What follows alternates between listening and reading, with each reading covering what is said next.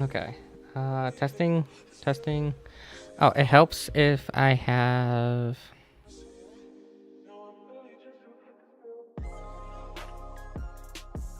Oh, right. Uh, Hello, hi everyone. Give me a second. I just reinstalled one of my plugins and I moved some stuff on OBS, and now like stuff's not showing up. So give me a moment to um fix stuff that isn't showing up. Starting with I guess our music overlay. So let's see here. Music visualizer. Here's the old one, the car one from we're doing like sim racing streams, but we're not doing the sim racing right now. We're doing stuff and other stuff. Actually, I think what we'll do.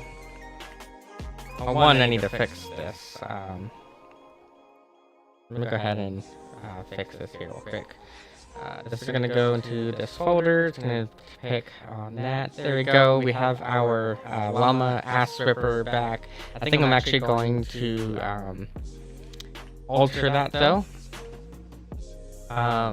Oh, also, yeah, as you can tell, it's actually changing colors now, which is another new thing. Because the old one, the old overlay, I used to change colors.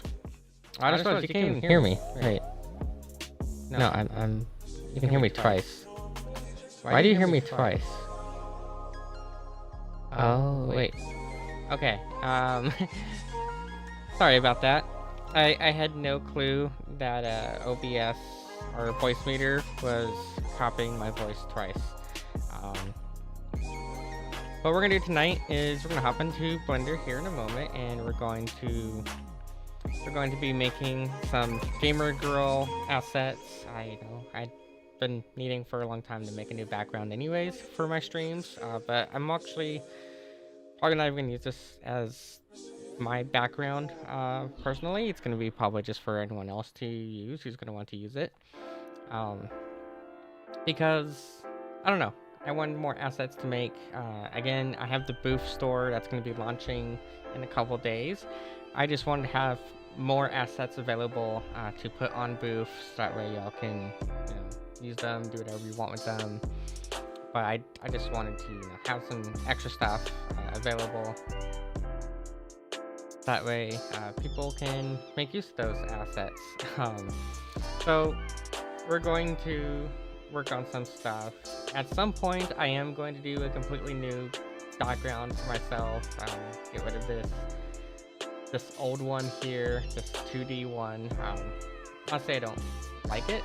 It's just now that I have the power of doing a fully 3D environment, I think it's time we did a fully 3D environment. And who knows, maybe we'll do it on stream, maybe we won't. But I'm still kind of trying to figure out, like, lore-wise, what's even the lore for my character anymore. I have no clue, because this character, Emily, used to be a side character in a webcomic that I was planning. And my main character, Chisame, was my VTuber identity at the time, before I decided to rebrand, deciding I liked this model more and I liked this name more. Before I decided to do that rebrand, I used a character named Chisame, and she was based directly, like, one-for-one based on my IRL self. And I think that's kind of why I didn't like using that model as much as I thought I would, because of a lot of reasons really. But I'm gonna be bringing her back. But the original lore was, like I said, was based on my actual life, based on my early 20s when I used to be a DJ. I used to work as a gun dealer. I used to do street racing. I used to do all kinds of stuff. I played guitar and bass in a band. I was like all over the place. And I wanted to do webcomic based on my early 20s, and so that's kind of why I was like using that character for a long time before I rebranded. But then I rebranded, and when I did, I kind of lost, like, I don't know, direction, sense of lore, because I don't want my lore as a VTuber to be 100% directly based on my life, just because of a lot of stuff that happened. So this character is really more of, allows me to be someone that I'm not, I guess. Not to say I don't still want to do that web comic, I actually still want to, or even rather, I've thought about turning, maybe not doing a web comic, but maybe turning into a visual novel. But because of that, lore's different now, lore's changed, and so I just know that I want to do something kind of cyberpunkish. I've always loved cyberpunk and sci-fi stuff, so I don't know is that this current character is more cyberpunk friendly, more space friendly, in my opinion, as the writer of the character. um, so when we get to working on my actual background for myself, it'll be a lot more sci-fi themed than what we're gonna be working on tonight. I just don't know what it's gonna be yet. Just that it's gonna be something. Give me a moment here real quick. I need to find some sort of way to prop up my phone here. Will work. I also want to prop up my phone, and I'm using my phone right now as like a monitor for Twitch, so that way I can look at Twitch chat. Even though technically I could put it all on my side monitor, I wanted to have something like directly in front of me. So I'm gonna kind of experiment with putting this down here in front of me. It's mostly so that way I can actually see when someone does a redeem. I can see what that redeem was or what the alert was. But yeah, we're gonna hop into Blender, and we're gonna do some cool stuff in Blender tonight. We're gonna do like a whole thing of making some assets that people can download and use, and we're going to it's gonna be gamer girl themed. So real quick, as a side note, I am colorblind, so I'm not gonna be the best at getting things like completely pink. To me, pink is more gray than anything. So I'm gonna be sampling probably a lot just off my own hair color, because my hair color I know for sure is pink. Because I bugged a bunch of people. I bugged them for a long time to make sure that I was getting my colors correct. So because I was bugging people for a long time to make sure that my hair was actually pink and not gray, I'm probably gonna be sampling the gray or the pink off my hair a lot as we're doing stuff in Blender tonight. So I'm gonna go ahead and get Blender open before we get started. Let's get Blender open. I'm going to just drag my window down to size, and we're going to bring our window up to where we need it to be. I'm gonna throw our Rudo off to the side, and let me check on our channel switcher here. Yep, looks like we're good on the channel switcher, so we can go ahead and hit transition, and we can get started. There's a couple of things that I'm probably gonna be also kind of screwing around with here in OBS. I'm trying some new things, and like I said, I got some of my old plugins to work again, thankfully.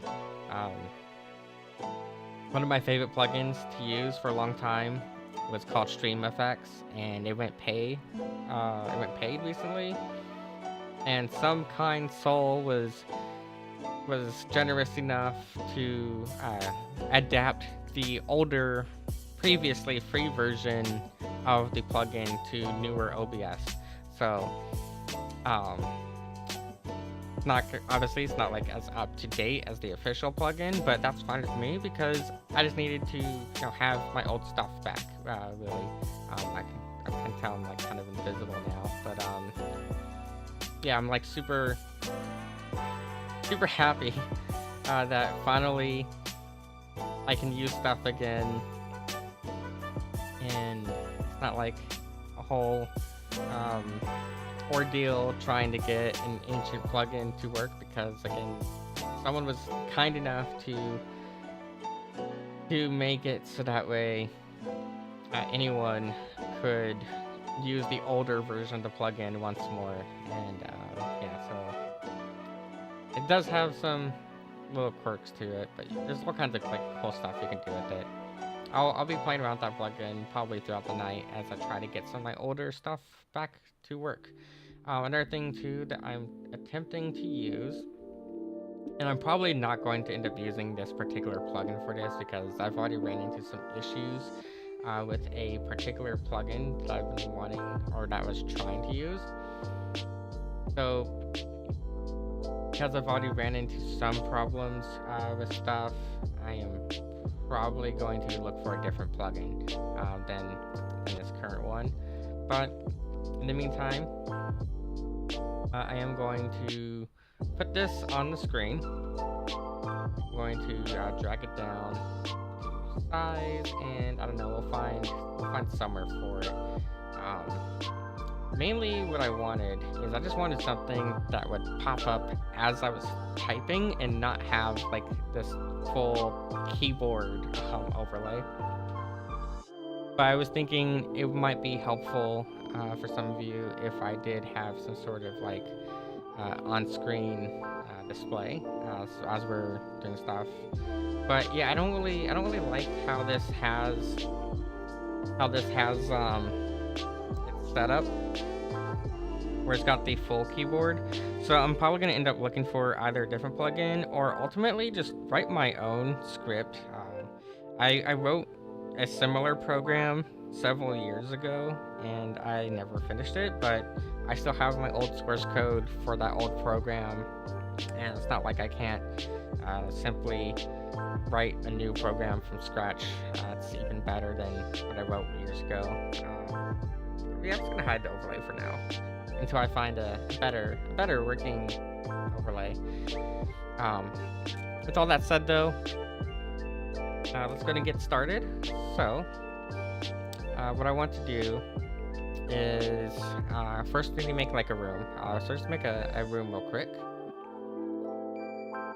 To make the room, it's gonna be quite simple. What I'm gonna do is let's go ahead and take this object here, this cube. I'm gonna set it to 1. And I'm gonna set the origin to 3D cursor. That's gonna set the origin way down there. And that way we can start, kind of, forming a room here. One thing I'm also gonna do too is actually, let's go ahead and let's invert this. So I'm going to set up a little overlay here real quick. First off, we're gonna put on our wireframe overlay. We're gonna go to face orientation as well, and you can see right now with face orientation, it just shows us a gray cube. However, if I go into object or to edit mode, and I were to like select a wall here, and hit Control-Shift-N on it, you will notice here that it makes those like highlighted. I'm actually going to delete these 3 because I think for purposes what we're trying to do right now. We're gonna make like a whole gamer girl room, like with a desk and everything. So you can see here we have these faces. These are gonna become our walls for our room. So I was gonna select the whole thing and hit Control-Shift-N. That's gonna invert those walls, and now we have our like wall here, and we'll go ahead and texture it in a moment. But we're gonna make this quite a bit bigger. No, it's going to be like a full-sized room. It seems small because the cube is actually big. This cube is 2 meters in size, and if I were to import my model, which I'm actually going to do real quick, just because we need some scale. So if I were to import my model here, you'll see my model is actually smaller than the cube. And that's going to be helpful for figuring out scaling as well. Come on, Blender, hurry up and load. Blender is being a little slow right now. What's even my RAM usage at? I'm at 71% RAM. Oof. Okay, so as you can see here, this is my model, and yeah, the cube is already bigger than my model is. Oh, I never noticed that actually. I didn't even realize that on my model I had my rings like inverted. I might explain some things with the coloring of the rings. If I were to select my model here, then Alt-A, select my rings, and I'm going to do Control A on that. Okay, why is it not selecting my rings? Control A, and then Control L. And over here on this one too, gonna add just Control L on both of those. Shift in. Okay, why is that not selecting everything? There we go. For some reason, it's not selecting the whole ring, which it should be. No, I don't want live captions. How do live captions get turned on? What the heck? I mean, I do need, at some point, I do want to have, like, an actual, like, captioning thing going. It's just that, all the, like, services I've tried so far for live captions haven't really worked all that well.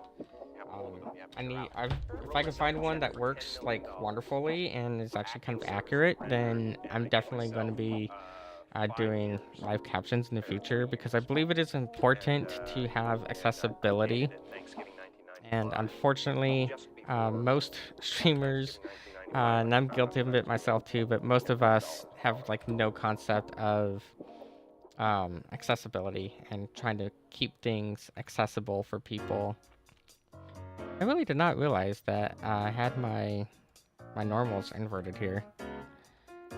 Not really an important thing right now. I just want to see if there's like any visual difference. Yeah, not really. Okay. Anyways, my model here is going to be used for scale. Go ahead and go back to our cube. So right now our cube is 2 meters by 2 meters. We want to just make this probably like a, let's see here, 10 meters might actually be too much. How many meters is like a 10 foot by 10 foot room?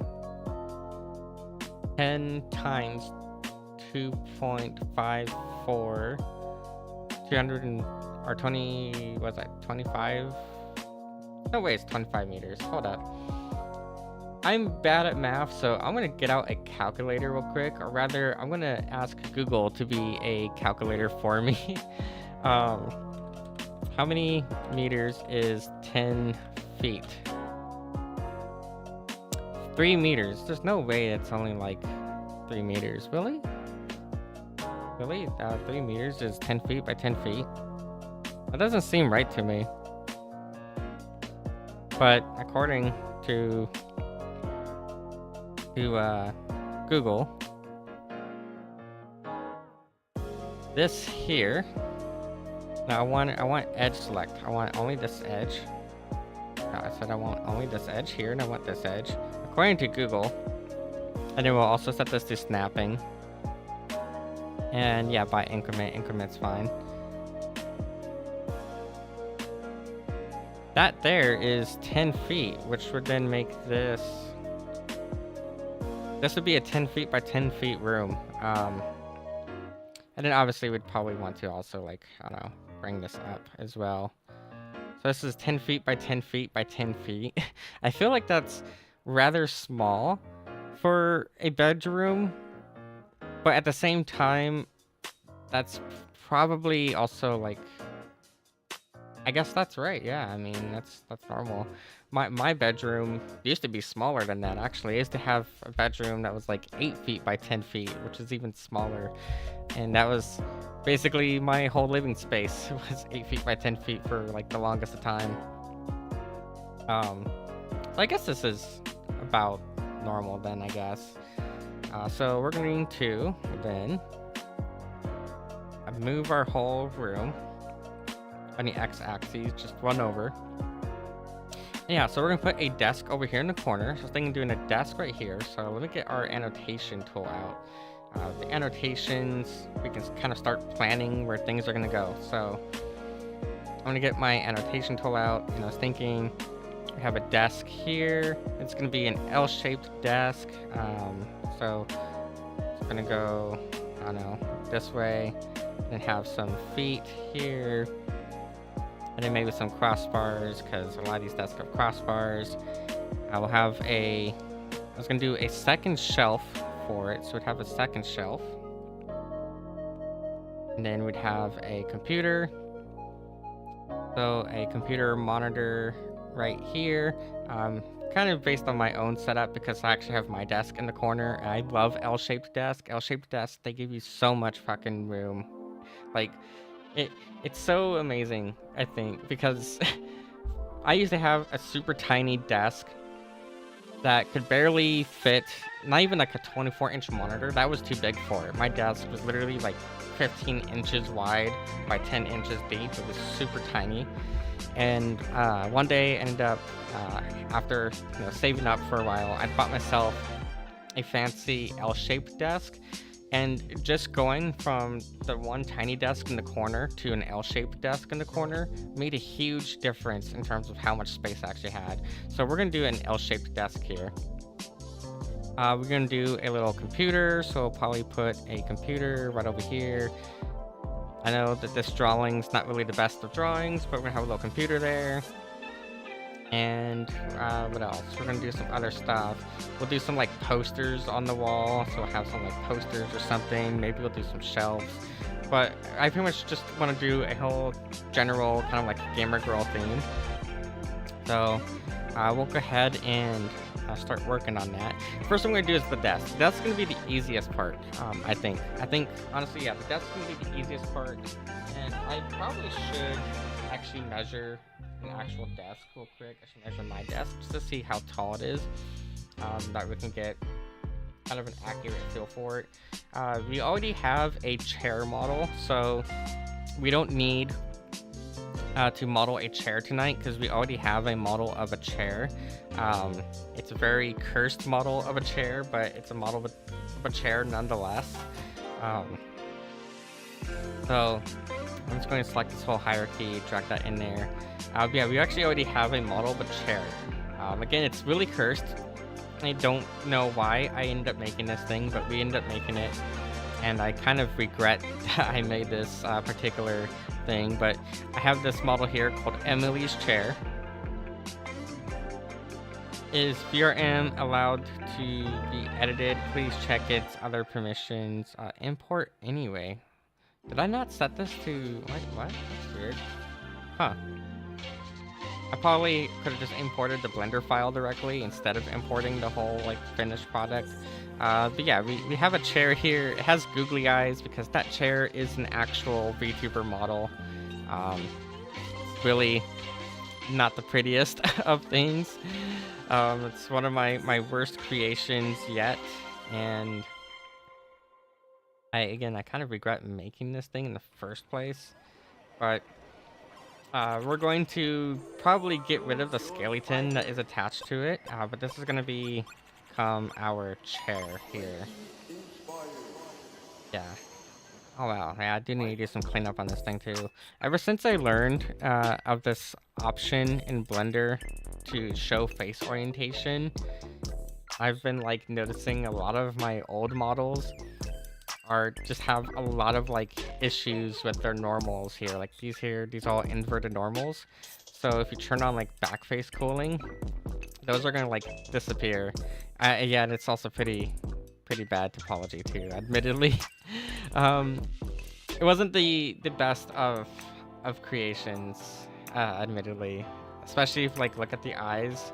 I put way too many subdivisions here in the eyes, for example. It is quite bad, I know. Part of the thing too though is the VRM model format that is used for VTuber models, it only works with triangles. So it makes a lot of things look a lot uglier than they would if they were still as quads, because they get converted from quads to triangles, but also too, there was just a lot of subdivision surface on this, because one of my favorite ways to model actually is using subdivision, because subdivision is just, you can do so much with it real quickly, but there is a major problem when you do subdivision modeling, and that is it ends up adding so much to your topology that you really don't need. For example, if I were to like bring a cube here, and I brought this cube right over here, and I wanted to do some like quick modeling with it, like if I wanted to make, I don't know, like the chair seat or something. The way I would do it, or the way I have been doing it, is with subdivision modeling, where you would then, you would add like a bunch of loop cuts to stuff, because that's like the easiest way, at least, to start to like kind of form stuff. I'm holding down Alt and I'm clicking, and it's not selecting the whole loop. Why is it not selecting that whole loop right there? Whatever. Just select all those. Because you'd like, you know, bring stuff down, and then you could do like another loop cut somewhere around here. Not that direction. I want to go this direction. Yeah. And then I would like start like moving stuff around to kind of make the shape of the cushion. But when you actually apply this, it's gonna add so much topology that you really don't need, and that's another reason too why this chair over here is so ugly looking. Because if I were to apply this, you can't be in edit mode when you apply it. You have to be outside of edit mode. If I were to apply that now, it's going to add a bunch of extra like faces and vertices that you really, really do not need for a lot of things. It's not as ugly looking right here, right now, but if you then were to triangulate it, then you can see with the triangulation that it ends up just adding a ton of extra verts. Yeah. And it really doesn't need to be this much. Like, honestly, if I were to come back through here, I would probably delete a lot of these inner faces and just leave it more flat, especially because the shader that's on that chair in particular makes it so you're not even going to see any of that detail. Where that detail did help, though, when it comes to the chair, is the fact that this chair does have shape keys. It has shape keys for speaking, but yeah, that's really about it. And it's also rigged. There is actually a bunch of bones right here as well. If I were to go like pose mode, I could, you know, I could make the lip, quote unquote, lip of the chair like move. But again, it did not need anywhere near this many faces, in all honesty. It was like a really cursed creation I put together as a joke because one of my friends joked about chat sitting on them, and I was like, you know what, I'm gonna take this and I'm gonna roll with it. They were like, chair stream win, and I was like, fuck it, we're gonna make a chair and we're going to make it so that way chat can literally sit on you. And it was why a human rig? That is because of a limitation of the VRM model format. So if you try to make a VRM model, which is a VTuber model using the VRM format, it requires these bones here. It says here VRM required bones, and you have to have a head, neck, chest, spine, hips, and then you need upper and lower limbs. If you do not have those at all, it will tell you that your model is invalid and it won't export it. So if I were to like delete some of these here, if I were to just like uncheck these, then I click validate VRM model, it's going to tell me error, required bone is not assigned. So unfortunately, if you're trying to do a VTuber model, you have to have a quote-unquote humanoid skeleton in order for it to even export. Otherwise, you'll get all kinds of issues with it. So the easiest solution when doing like these joke models is simply create the humanoid rig and then just have only like 2 or 3 bones that you actually need be attached to anything, and everything else just the thing is, like, the bones don't have to be attached to anything, they just have to exist in order for the format to be happy. It's really annoying, and I wish it didn't have to be that way, but yeah, it's just kind of like my workaround is to make sure the bones exist, but then I don't actually attach them to anything. You can have extra bones, like with the format, you can have additional bones, like on my model here, there's bones for the rings, there's all kinds of hair bones and extra bones, there's actually a whole tail, well, actually not this one doesn't have the tail, but my other model has a tail. You can have extra bones, you just can't have less than the required bones, or the plugin won't allow you to export the model. And I don't really understand why that is a limitation with it. Just that is a limitation with it, and they don't even have to be in this humanoid. They don't have to be in like a T pose. They can be in pretty much any orientation. So you can make it like a dog or a cat, as long as you have the bones named and assigned. But I think it has something to do with the way that IK rigging works for the format. Because one of the problems I ran into when trying to work on my model over here is like when adding a tail, for example, I had added an IK controller bone to my tail, and I had done IK rigging for it. And when I then exported it over to the VRM model and I threw it into VRM posing, I learned that the IK bone didn't exist, even with the IK option being turned on. So, but it would have IK rigging for the limbs.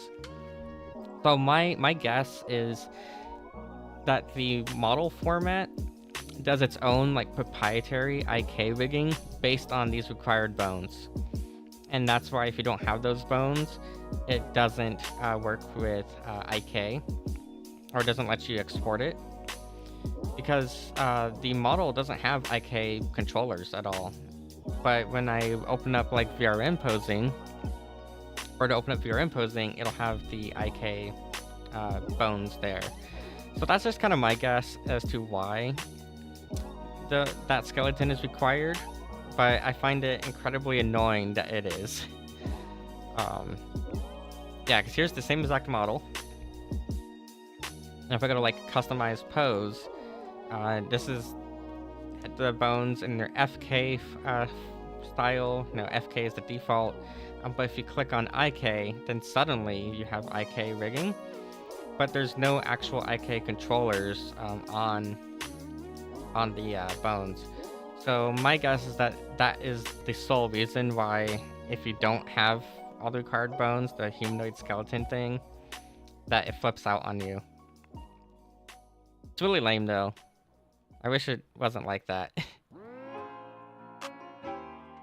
Anyways though, like I said, we're probably going to actually just delete that whole skeleton there, because we don't need the skeleton. Oh, we just want to have a chair. So my model is partially made by myself, and a lot of it is Void. So I use Void Studio as kind of a base, and then I go through and I add all my own stuff to it. This dress here is a dress I bought on Booth just because I was like, oh, it's Halloween season. And because it's Halloween season, I was like, I'll just go and buy an outfit that already exists. It's a little bit easier that way sometimes, to just buy an outfit that already exists. But I did all the like parameters of it. I like to do my own textures a lot, and all of the like custom physics that's on my model is all done by hand. I had to redo parts of the skeleton, which we did on Monday. We redid part of the skeleton to add custom physics to it. And there's a shit ton of extra stuff. So like Void by default, you don't get multiple hairstyles, but mine has multiple hairstyles built in. So like I can come here and I can like toggle my hairstyle to be a completely different hairstyle, which is something I've been working on pretty hard on. And my favorite thing I've done so far is making toggles to change like my hair color and stuff. So pretty much Void itself is a good base, but I would not use like Void directly. But if you take a Void model and you throw it into Blender, and then you start adding your own toggles and your own like additional meshes like the rings and stuff, then there's a lot of stuff you can do with it. I've also been working on like slime characters, trying to do like slimes and stuff with it, like But some of these I have made myself, like being a rubber duck is one I've made. This was one I made on my own. This was done in Blender in like a day. Um, I like to do these like random joke models. We have like Clippy here. Clippy was a fun one to make on stream. And then, yeah, Rubber Duck goes hard. We also made Boxo from the vending machine anime. So if you wanted to be a vending machine, you could. I need to fix some stuff on here though. We made this one in like 4 hours when I was sleep deprived. So being sleep deprived and trying to explain how to do stuff led to some issues with the rigging down at the bottom because I was trying to make it bend in a certain way. Yeah, I do a combination of my own original models as well as using Void. I feel like Void is just best if you're doing like anime characters because you can spit out an anime character in Void like super quickly. Oh, I need to reset my scale. The buddy one, I'm trying to remember what that one was. Oh, it's interactive buddy. Yeah, this one I did in like 30 seconds. It needs my hand tracking to be enabled for it to work properly. Or actually, I think we can just set this animation. Let's go T-pose. T-pose here. So this one is based on an old Flash game called Interactive Buddy. It was a Flash game back in like the year 2004. Really old game. It used to be super fun back when we were all kids. Interactive Buddy. Yeah, this was a game back in 2004, and basically the whole gameplay was you had this little blob character, and your whole point of the game was to basically bully them. You would have like baseballs you can throw at them, you can throw grenades at them, you can shoot them, you can poke them with like stuff. It was just like a stupid sandbox, a stupid like physics sandbox back on early Flash days. And out of nostalgia, I was like, why not make it as a model? And if I have hand tracking enabled, which I don't right now, then it would look a lot better. It would act a lot more closer.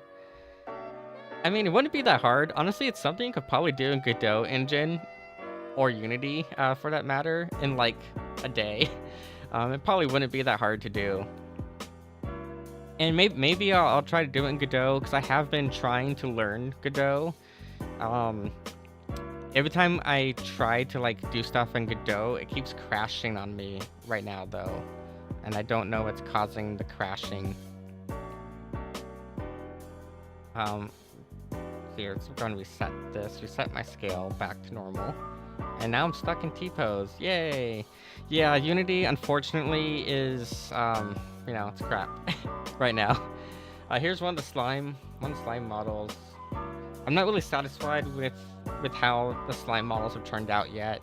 It's been a lot of trial and error to try to get these working the way I want them to work. Also, I need to reset my animation profile. Where's it at? There we go. Okay, I'm gonna set this back to... See, the last time I used Unreal Engine, and this is gonna date me, but the last time I used Unreal Engine for any like personal projects was Unreal 2.5, which would have been Unreal Tournament 2004. So that was the last time I actually did like anything with Unity personally. I did do some like modding of Unreal Engine 3 games, but not like any full projects, just simple modding. I never got into Unreal Engine 4, and I wanted to get into Unreal Engine 5, but I just never got around to it. So, I don't know. I should probably reinstall the Unreal SDK at some point. Things I kept trying different engines throughout the years. Like I tried using Crytek 3 for a project once, and that didn't go so well, mostly because CryEngine is just very heavy, I would say.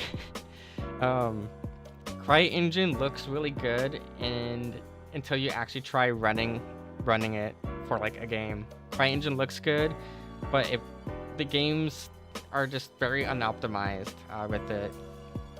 You're stuck with Unreal 4 because it can't handle Unreal 5. Yeah, that's another reason too, because I've been talking to some of my friends stuff. I want to get back into game development with an actual like project beyond just modding games. I want to get back into game development because the last time I built a game was 2012. That was the last time I did any full game projects from start to like finish. And I ended up leaving game development due to some drama I had with some former friends that we were all working together on the game. And so I was talking to some of my more recent friends that I've made, and I was like, I want to get back into game dev. And the problem is that I'm having is my computer is overkill.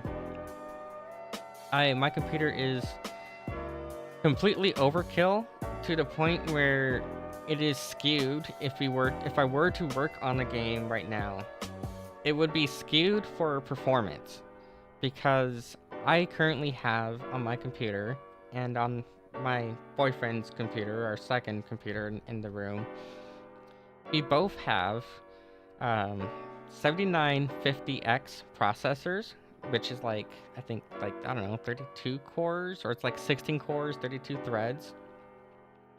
And we both have a minimum of 64 gigs of RAM. I think we're both at 64 gigs right now, but I'm about to upgrade to 128. And then for our graphics cards, we're both running 4090s. So any game I make at the moment is going to be exceptionally skewed for performance. So I've been trying to like talk to some friends and be like, hey, let's you know, I want to get back into game dev. If you guys are willing to do the writing, like if you guys can write up a story, I'll do the art and programming for it. And also, I kind of want to use their computers because I know their computers aren't anywhere near as strong. I would like to use their computers as a test. And so, like, I was going to use Unity. I was hoping to use Unity because I know that Unity will run on potatoes. So I feel, yeah, like you were saying, like your computer can't handle Unreal Engine 5. So if I were to use Unreal Engine 5, then you would not be able to play that, depending on what kind of game I build. And I want people to be able to like run it on a potato just fine. So I was hoping to use Unity because Unity I know will run on potatoes. But then Unity pulled their stunt, and it's like, I can't believe they just did that, as I was literally talking about getting back into game dev. So I'm looking at Godot, but I've been having a problem with Godot in that when I open Godot engine, and it might be because I'm using it from Steam, I might need to probably download Godot from its own like official website. Let's see if it'll crash on me. Okay, so Godot actually opened for me now. So I can actually move around in Godot now and do some stuff. I didn't save anything in this project yet. This is all just like a completely empty scene. But I kept having problems with Godot when I would start adding stuff to it that it would crash on me. And another issue I've been having with it is when I go to import certain things, like if I wanted to import a 3D model, because I tried importing one earlier. If I go to import a 3D model, if I can find, here it is, import, configure FBX importer, it needs me to then download a third-party plugin to convert FBX to GLTF. Now, I don't actually need that because Blender can export both natively, so it's kind of like not a huge deal for me. But I find it annoying that in order to import assets, you have to download third-party tools when they should be built into the SDK. So that is like one issue I've been having with Godot as well when trying to learn it. But I do like some of the features of it. Like I found doing like UI in Godot is honestly easier than doing UI in Unity, in my opinion. Because like what I did earlier is I went to like control, and I'll do here. I did like a control node. That's gonna mean this nice little control here. And then you can, you can transform it. I want it to be like 1920 by 1080. And then building like my UI in here, because I built one earlier, was a lot easier than building it in, say, Unity was. Because I can just simply find it, where to go. There's like a button, here it is, a base button, then button. And then you would just drag out the button that you need. Okay, why is it like, see now it's doing this weird thing where it's like all skewed. But yeah, then I would just drag this out and I can add text to it, and then I can start adding behaviors. So I found it a lot easier to do like a UI in here, whereas Unity gave me quite a bit of a pain in the ass when I first tried learning how to do UIs and stuff. But it's just the fact that I shouldn't need a third-party importer when that should be built into, it should be built into the SDK here.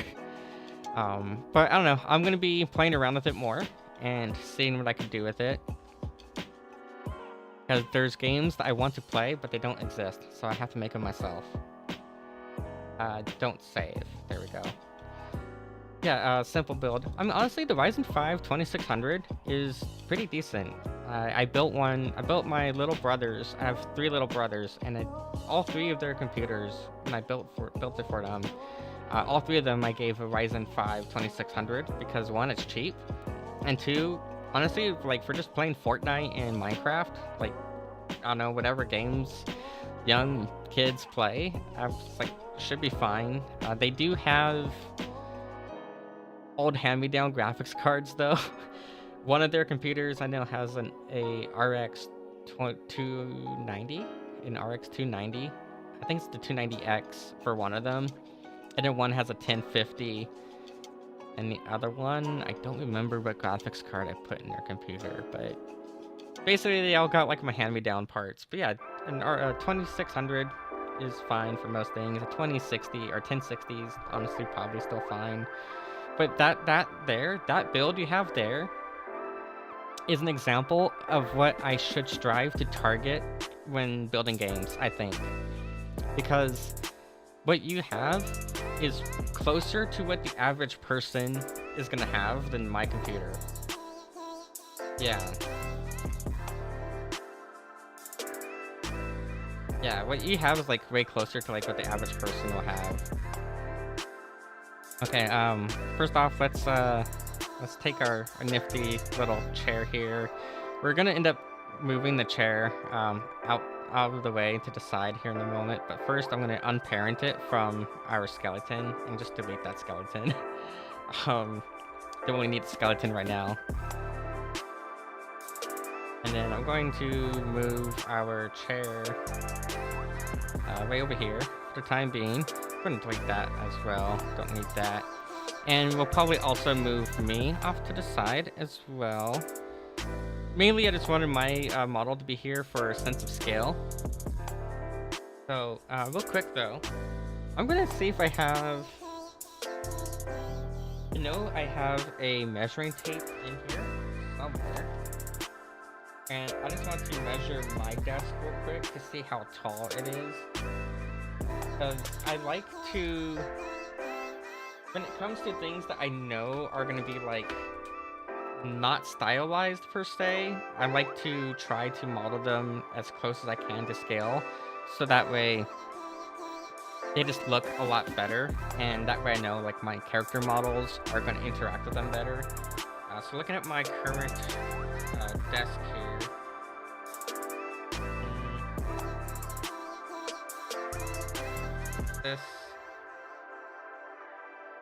this is only inches. Oh, okay, wait, hold up. Okay, so we're looking at about a centimeter thickness for the actual like desk itself, but it's the height I need to check. Give me like 10 to 30 seconds real quick to go find a proper measuring tape. Yeah, I would instead of using my visualize. finger Yeah, I would This is when you were visualize. broken. device. Right, having directors Such interested an in me, American thing and to do. what I Americans will was saying, literally maybe use anything other than saying, metric. I like your And work or I whatever that literally is, just now was like and going like, oh, my visualize fingertip is things roughly a coming to me that I centimeter, want and or that means whatever, that my drive home desk and is make about a them like centimeter thick. as But a give me a second. director, I'm I gonna just go grab an want actual to measuring hold tape so I can people get out there. a sense I of the wrote height myself a of my check for desk. $10 million for acting services rendered, and I gave myself 5 years or 3 years maybe, and I dated it Thanksgiving 1995, just before Thanksgiving 1995. Personally, don't need anything new like a 30 or 40 series, but it would be nice to upgrade. Yeah, I mean, I don't think anyone, honestly, no one needs a 4090 unless you're using it, unless you absolutely need like to upgrade.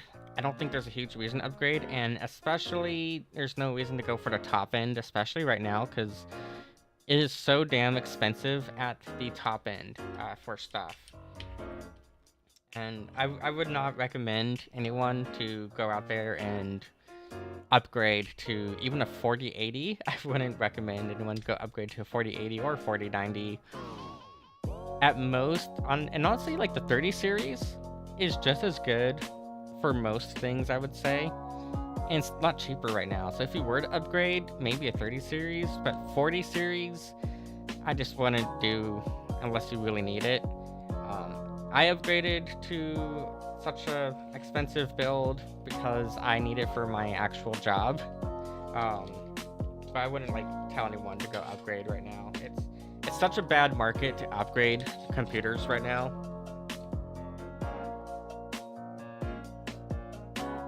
Where are we at height-wise? Okay, so looking at my desk. This is 73 centimeters tall for my desk. Okay, I can work with that. That's easily doable. All right. So, let's go ahead and start building our desk. We're thinking of upgrading to a 3060. Yeah, I mean, a 3060 is going to be a lot cheaper, and it'll run probably most of your games just fine at like 1080p. The only reason, honestly, the only reason why you would need anything more than like a 60 series or 60 card would be if you're playing games in 1440p or 4K. But even then, well, yeah, obviously if you're going like 1440p or 4K, then you'd be probably investing in like a higher end card anyways. But for 1080p, yeah, 3060 should be fine. Alright, so I'm going to start a new object here. So let's go to add object. We're going to add a cube. And the cube is going to become our desk. So we're going to place this somewhere. But first, I'm actually going to... I want to go like, I don't know, probably about like there. We'll alter that, but I need to actually add an additional cube here. We're gonna end up joining all these together in the end anyways. But mainly what I just want to do real quick is set our height, where the desk should be height-wise. So, basically I want to start with the actual like desk itself, and then we'll go from doing the desk itself to doing the second shelf of the desk, and the last thing I want to do is going to be the legs of the desk, because we might want to restylize those, or do those in a different design than what my actual desk has. So let's go ahead and add another cube here real quick. I'm just going to do cube, and we're just going to make it super tiny. Now what I'm going to do here is I have a really nifty plugin that I like to use, and if I go in here to edit mode, and we're just going to drag this, I don't know, up here for now, and then I'm going to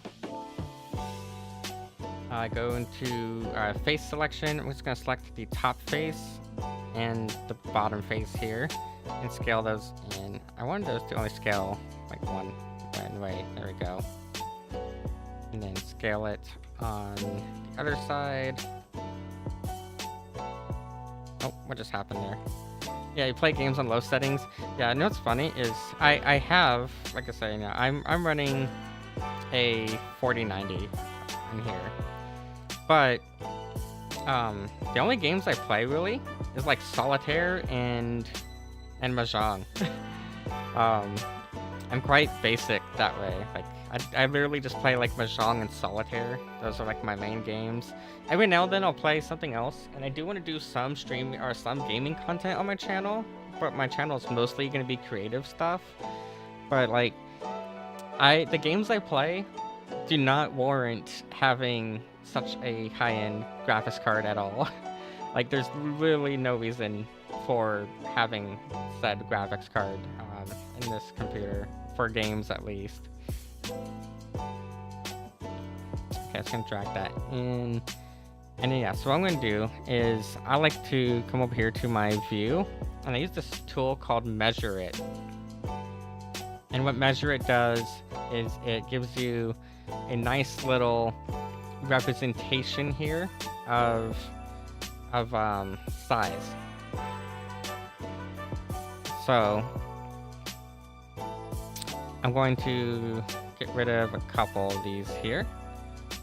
So right now we're at 1.04 meters, and what we want this to be is going to be 0.7 meters. So, and we can even change this to like centimeters actually. Centimeters is going to be more accurate to what I want to work with. I'm going to select this top face. I'm just going to bring it down. Because like I said, measuring my desk out came out to roughly 73 centimeters. I'm not trying to get it to be exactly 73, but as long as I can get it close enough to 73. Just because I want to try to be good about scaling. And the reason for that is because I've had a lot of issues particularly with games, actually, with modding games, but also I like to take screenshots of games. One of my favorite things to do, and what actually got me started on like content creation way back 2013-ish, 2014, I started a blog on Tumblr way back then, and what I like to do is I would play MMORPGs, and I would play them solely for the fashion and to take screenshots. And I always had the problem where some games, they would tell you like, oh, your character is X centimeters tall. For example, maybe I'll be playing like Phantasy Star Online 2. And Phantasy Star Online 2, in the character creation, at the top right of the screen, tells you your character's height in centimeters. And so I'm like, okay, I want my character to be 153 centimeters tall, or maybe I'll go a little bit shorter, maybe I'll go 148 centimeters tall or something. But I would make my characters fairly short because I'm pretty small myself, and most of my family is small. So I like to represent smaller people, like those around me. And then you would go and do stuff in like the game, and you go to take screenshots, and your character would literally be like as tall as the fucking like counter, or as tall as a chair or something. It's like, how am I expected to be taking screenshots in this game if the scale doesn't match up? So I try to use a measuring tool to make sure I'm getting as close as I can, so that way things are accurately scaled. So like, if I were to, for example, actually, first off, I'm gonna drag this down here, make sure it's like down on our floor here. But if I were to hit Shift D and drag this off to the side, and then scale it up, I'm just going to select only this top face here, make sure the top face is selected. And if I were to scale that upwards to roughly the height of my model here, we get 145 centimeters, which is about right. That's where my model should be standing is 142 centimeters without the boots. The boots add like an extra 3 centimeters. So now I know, okay, my scale is going to be accurate for doing screenshots and stuff. Because that's always just been a problem I've had with video games, and I hate it too, because sometimes I'll look back at some of my old screenshots and I'm like, wow, how was I cool with that at all? In fact, I think I have a good example of it on one of my posts actually, recently.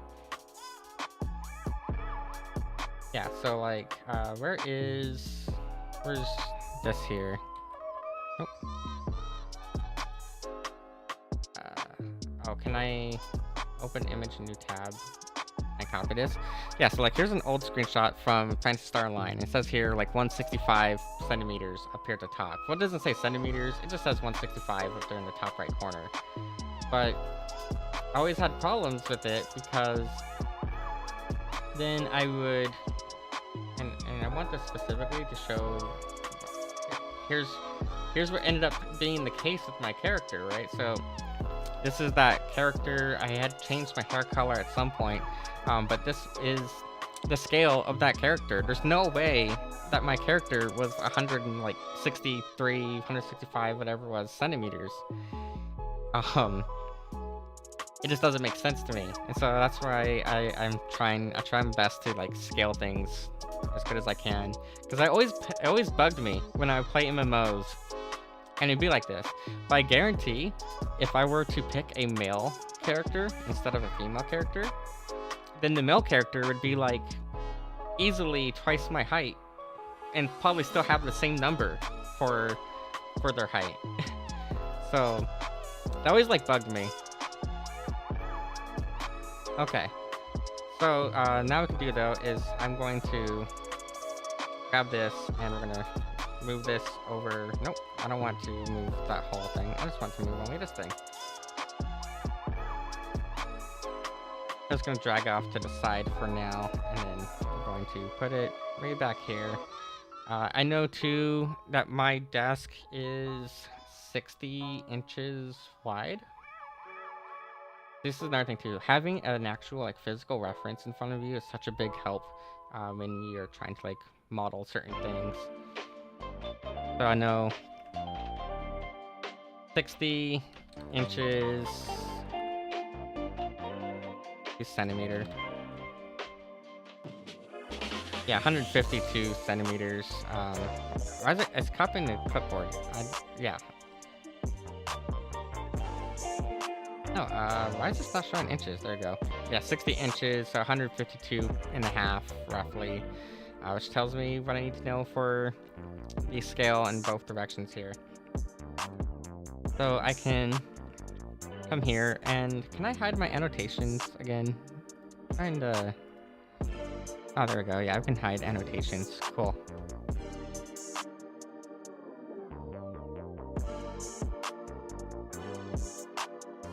So all I'm gonna do for that is I'm just gonna do 2 of those little segment annotations. Add segments, and then I want them to be centimeters, which they are. And I'll probably actually set these on a Y. Let's see here, distance. I want the line to go up. I don't remember how to actually move the line up. That moves the text up, not the line. Automatic position. Oh, here we go. What we want. Rid of that thing. There we go.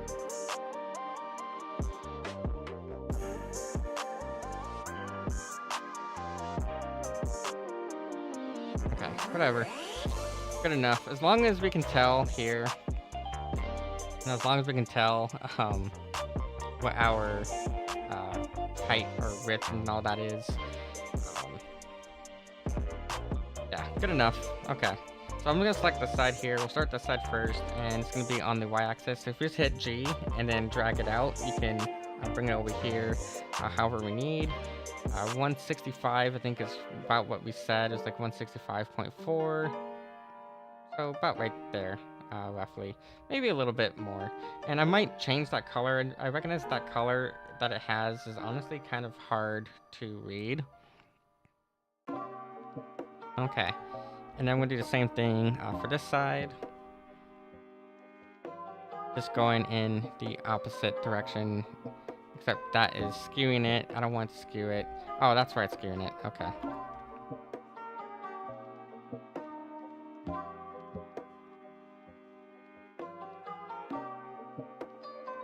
Okay, close enough. So we're good there.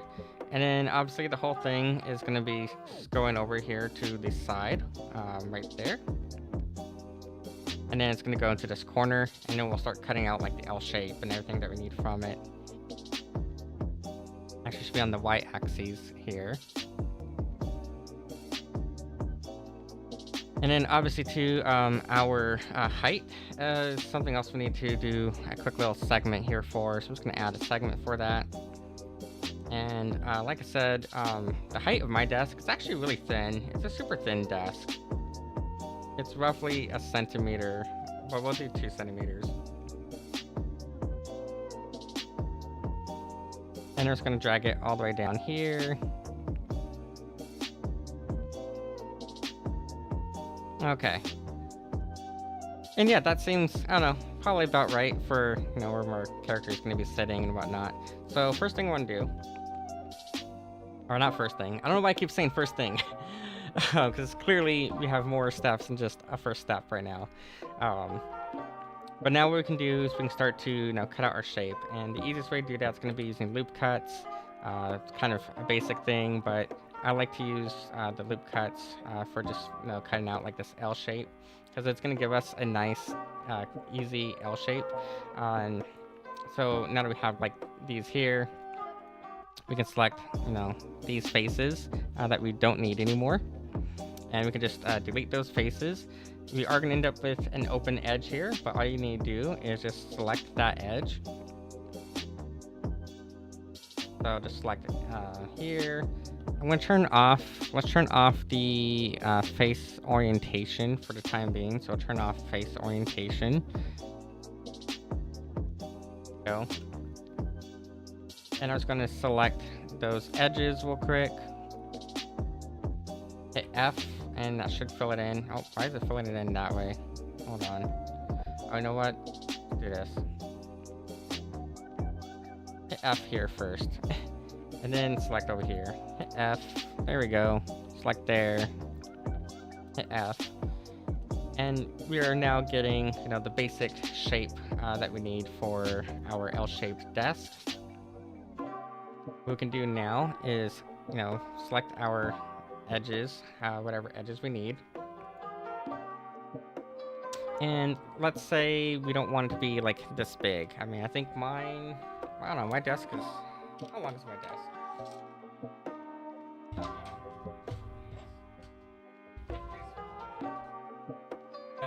It's small still.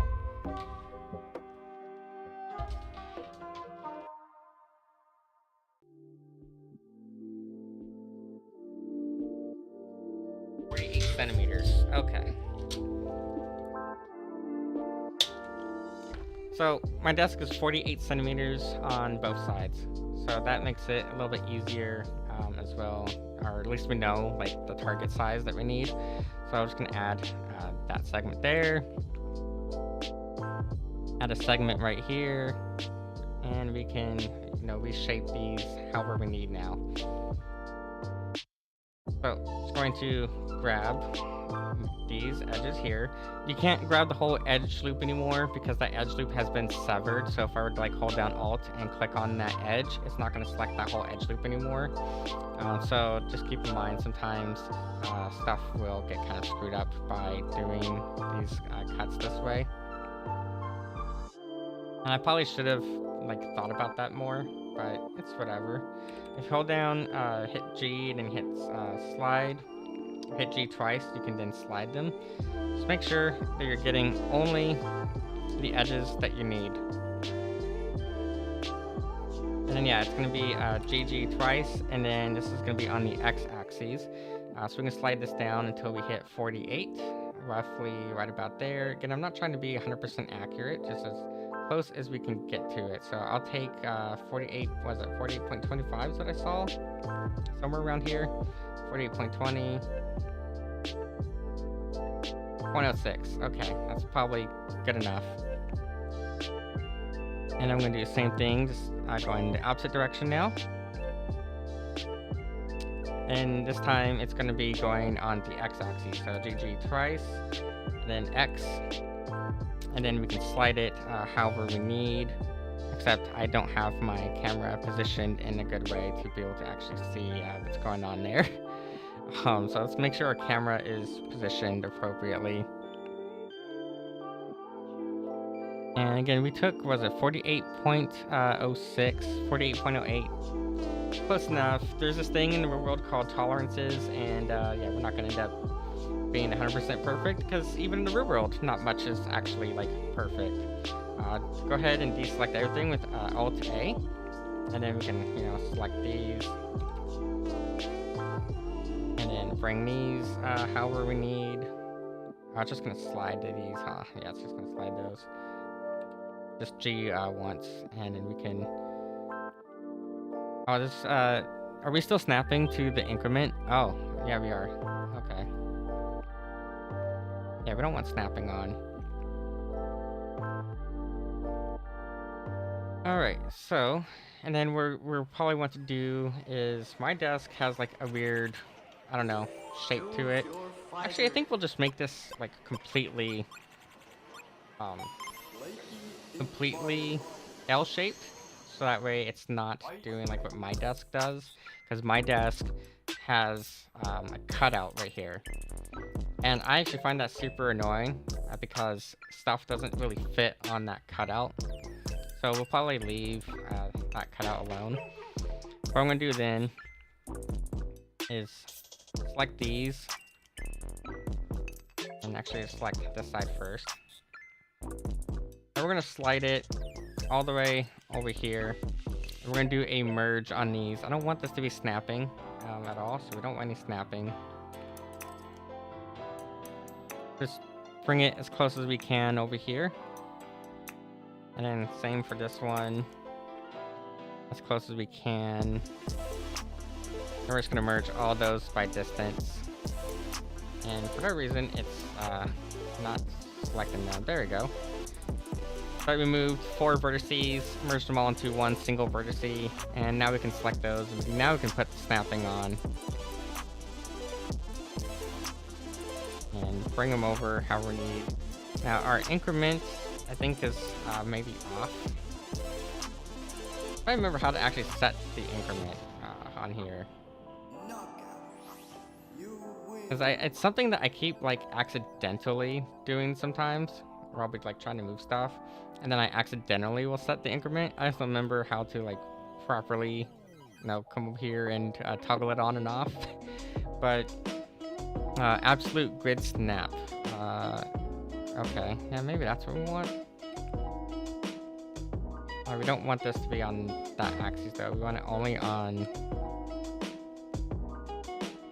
It's gonna be annoying. We go into orthographic view here, and we'll just do it this way. So with those selected, I'm just going to bring them up here on this axis, and there we go.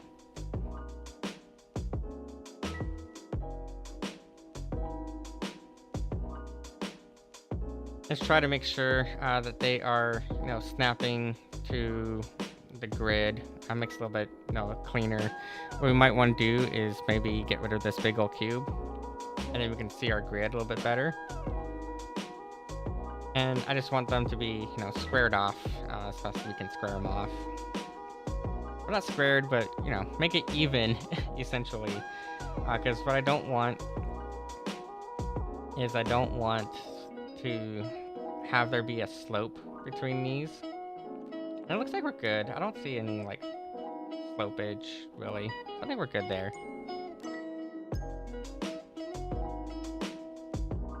Maybe like a small slope here.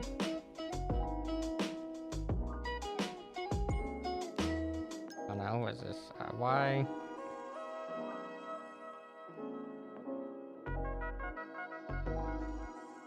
Okay.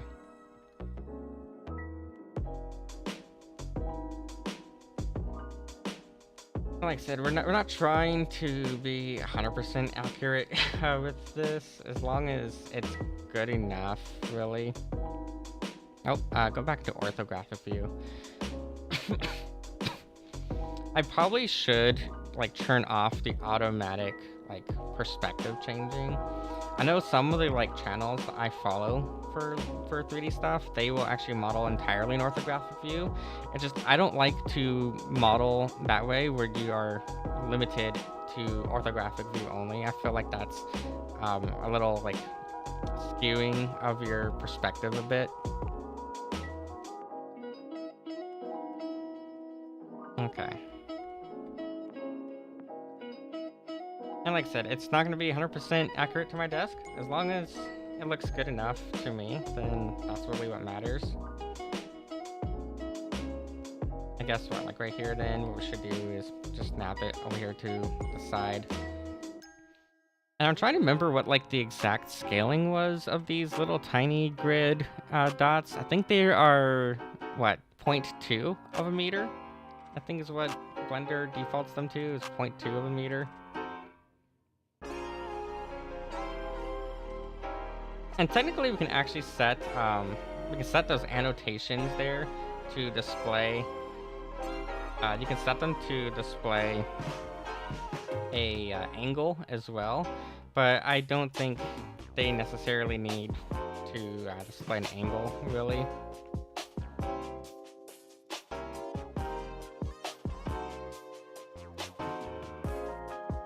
Okay. Oh, see, now that's all skewed wrongly there. That's totally a me issue, though. That's a user error right here. So I brought that one up on this axis.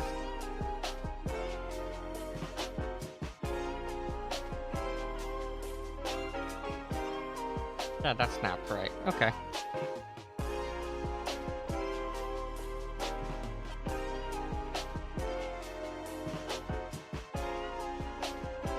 Wait, why is that not... No, it is snapped. Okay. That's good. It's good enough. Okay.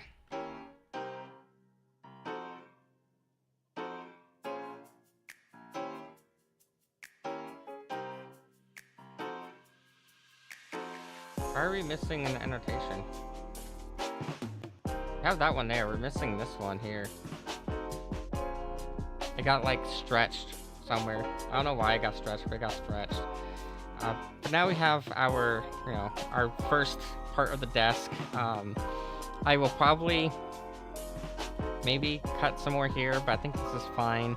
Because again, I don't want to do an exact copy of my desk, because my desk has an issue that bugs the hell out of me, and that is the way that it's got like a kind of like a hexagonal shape. Not hexagonal, but it has a cutout like straight through here. Like for it to like go with my actual desk, it does like this thing where it has just like a cutout back here, and I don't really like that at all. So now what I'm gonna do is I'm gonna go to hit A, and I'm going to grab the whole thing, and we're gonna hit Shift D, and then we want to, why is it snapping? Turn off snapping now. But if we hit A, we can do Shift D and hit G and then Z. Oh, did it not? That only selected. Wait, why is that not mirroring the whole thing? Put it this way: Shift D, G, and then Z. And looking at my desk, where did my little measuring tape go? Here it is. That is roughly 10, it's at 11 centimeters up. We'll have to do like proper measurements later, but it's a little bit higher up. Probably like that much higher up, because it has this extra little like lip here.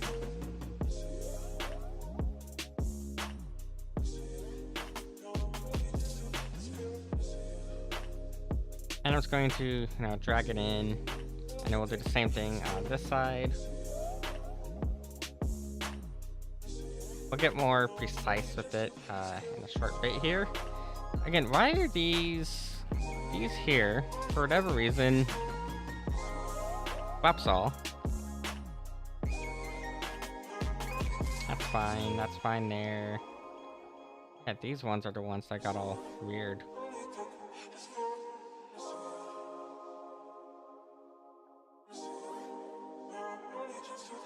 Oh wait.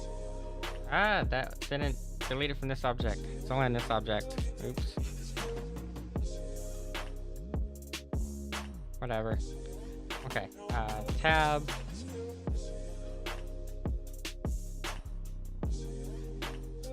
Want this side measured.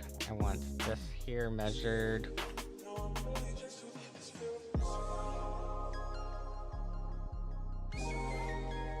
And then we want back here.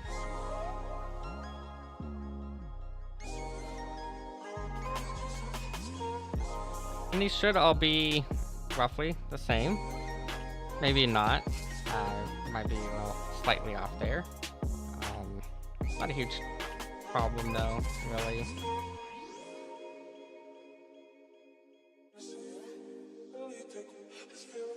Okay. Yeah, so if we look at this and we see that that side is 48.10, so all we need to do, I guess, is just, you know, enable our snapping again. And then we can bring that in to match that side over there.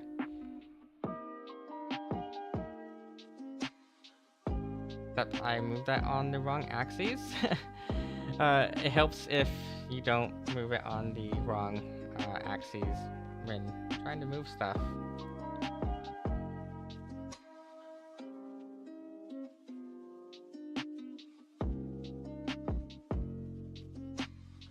Yeah, it's so weird that it does it. I guess this is why orthographic view helps, because with orthographic view you can get in here better and be a lot more precise with stuff.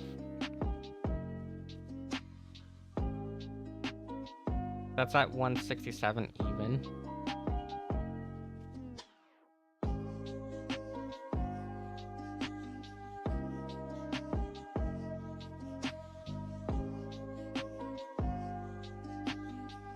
Huh, that's so weird. Is it this vertice here that's like off? I don't know. I've got no clue.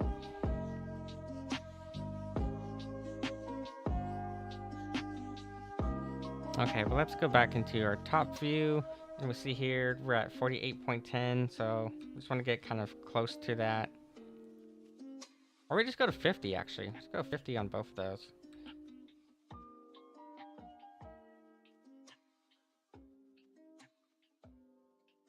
Okay, 49.9, whatever.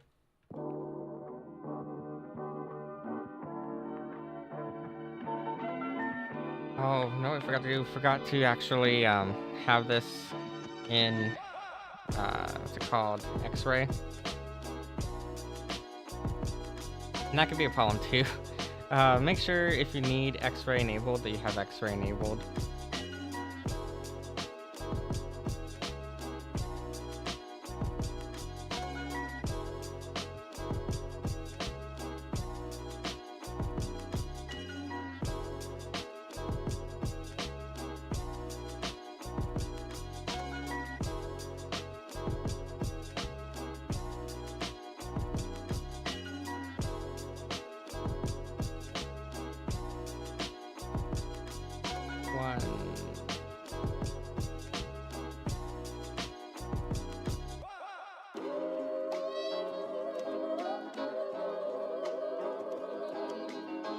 Okay, good enough.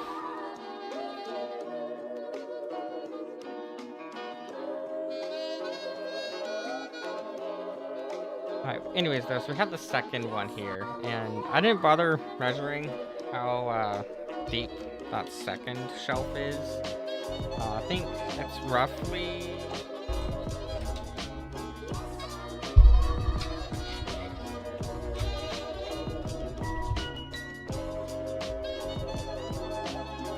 Okay, so it's 8 centimeters.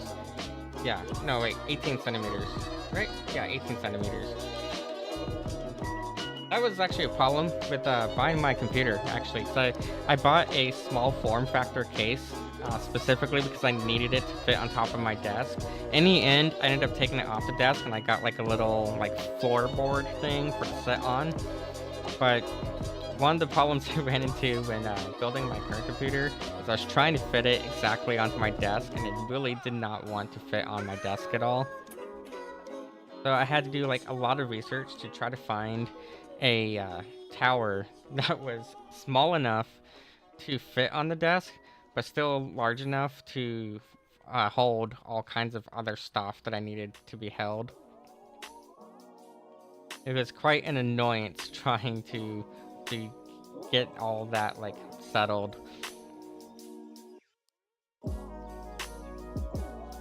And then I need to do the same thing over here on this side actually, so I can scale this all properly. Yeah, this little measuring tool, it's really helpful. I don't remember if this was a like third-party plugin or if it was something that was built into Blender. All I remember is just that I downloaded it and it has been an absolutely amazing like godsend to use for a lot of the stuff I like to model. Alright, it has to be on the y-axis, yeah. 18 centimeters exact, nice. See, look at that, perfect. I'm just gonna select all of these and then make sure that we are aligned here. I'm gonna go like slightly in, like, I don't know, maybe go like 2 in. 2 boxes in, that'll work. Now on this side, I want to do the same thing, as close as we can. You know what? That's the problem for this one. Is that what the problem is on this one here? If I go up here. Yeah, okay.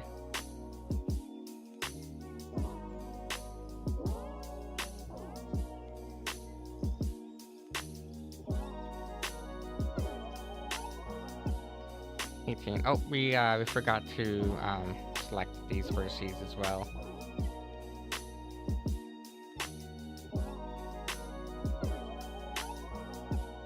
And then it was what we said, what, 2 boxes up? I think 2 boxes up is what we had said.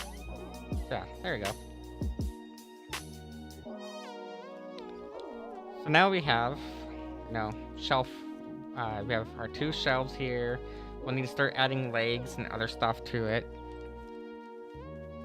And I think that so far this is looking kind of good for a topology. Now I might want to do actually that like whole corner thing with this side here.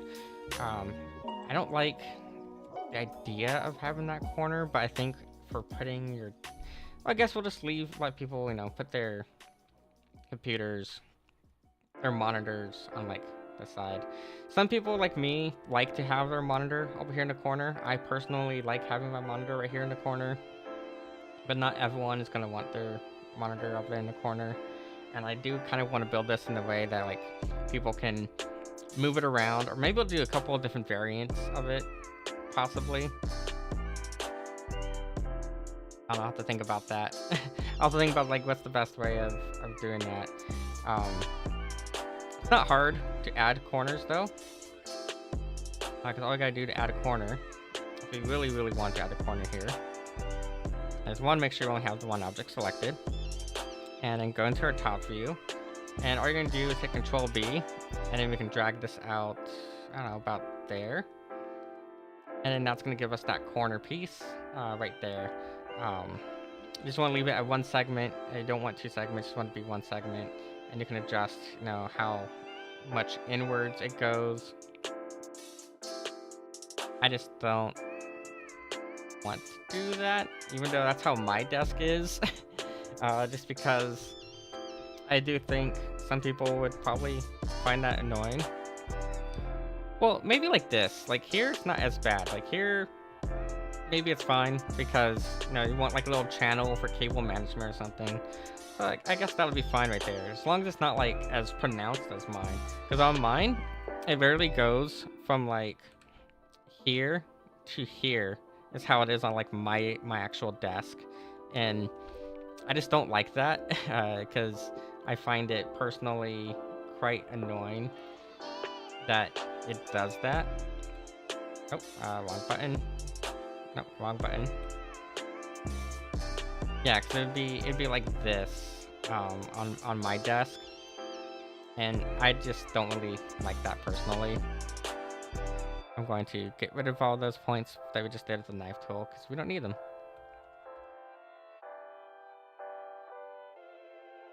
Alright, cool. So I like that. We do need to start adding in some little supports here. So for supports, we'll just add another cube, and then we'll do like instances for that cube. I think it should be what, two, so two. Oh, there's support in the middle. Okay.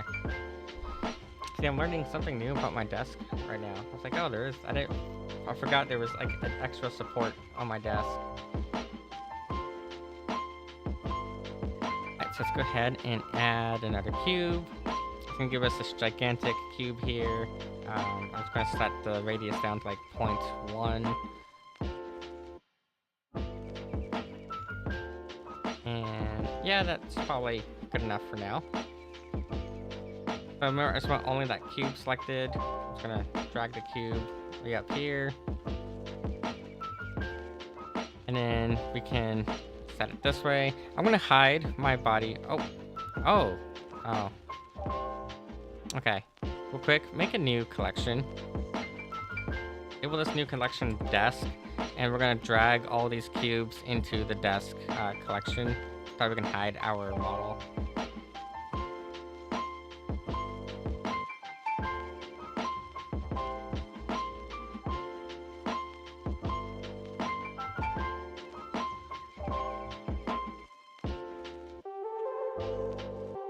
And I'll probably just bring it, I don't know, all the way about here.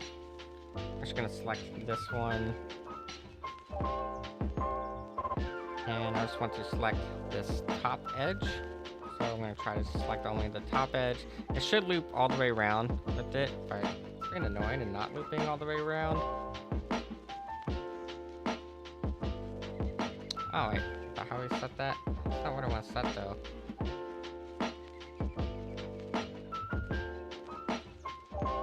It's not selecting the whole like edge loop. So we'll just have to go around and just select it manually by hand, like so. I'll also need to make sure we're selecting this middle edge here. It would probably have been quicker just to do face select.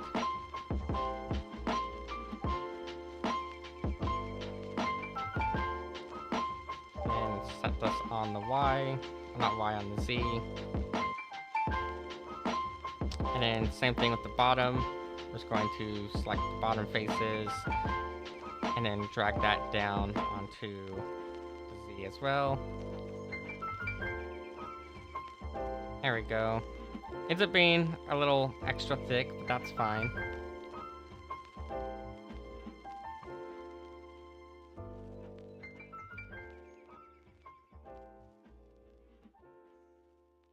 Oh, we gotta do the same thing here with this one too. Just gonna grab these bottom faces real quick. We'll grab the bottom first, and then we'll snap that to the grid.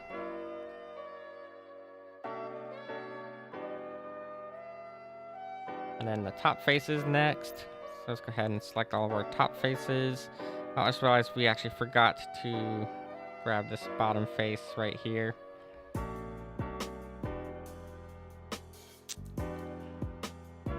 I really should be using like hotkeys for these.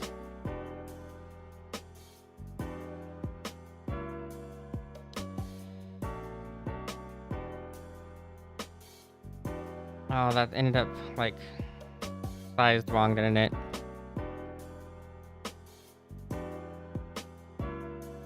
Oh, actually, I think that's fine. I can't tell. I think it's fine.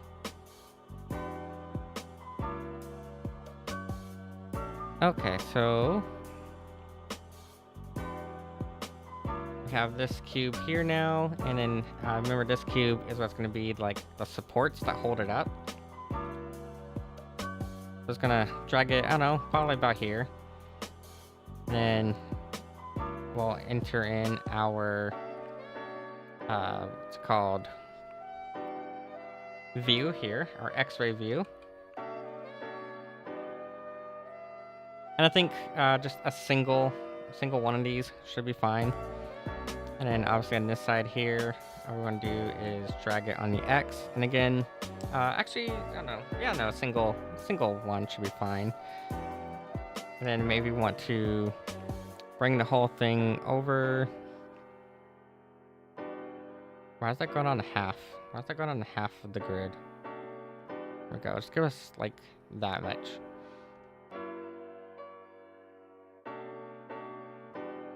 So we have here, we're in about 4. And we'll do the same thing over here. We'll be in about like 4. So I'm just going to hit Shift D. And then just drag this one over. And just make sure that we're putting it roughly in that same like spot there. So just hit G and then X to bring it over. And yeah, that looks about where it should be. Actually, maybe not. We are slightly off there.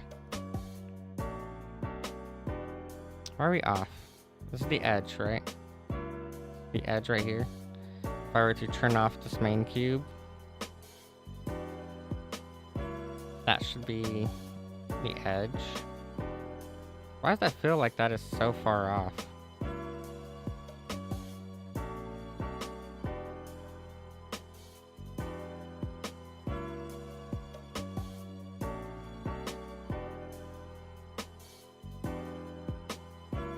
Oh, okay. I see. I was looking at the wrong edge. So it's actually right here is where I want to be putting that thing.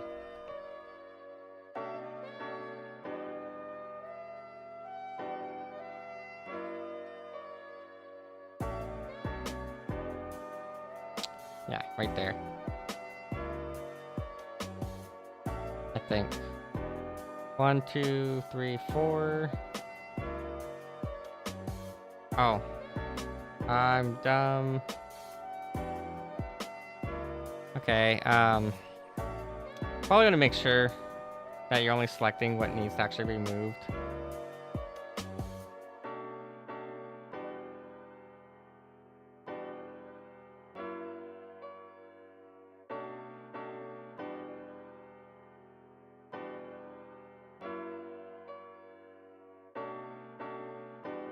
Alright, so we have our like first set of supports, and we basically just need to bring that whole thing over to the other side as well. I was going to just copy those, and then we'll go back onto, I'll actually go onto the Y axis here. So if I set this to Y, not to Y, to X, and I want to go to the side. And then hit Shift D, and then Control, or not Control, hit G. Oh, why is it doing that? Why did it just do that? That's not what I wanted.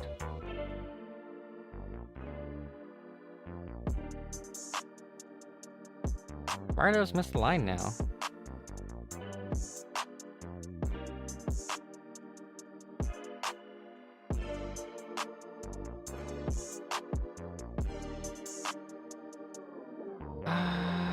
Okay.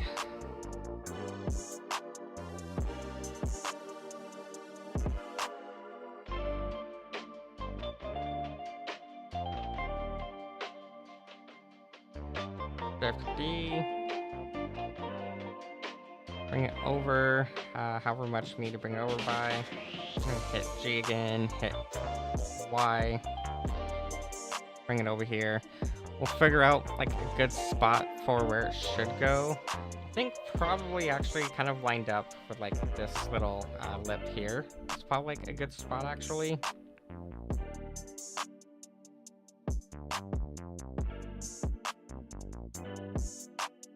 See, why does it keep doing that? Let's move on the timeline. I don't want to move on timeline. I want it to snap to this grid.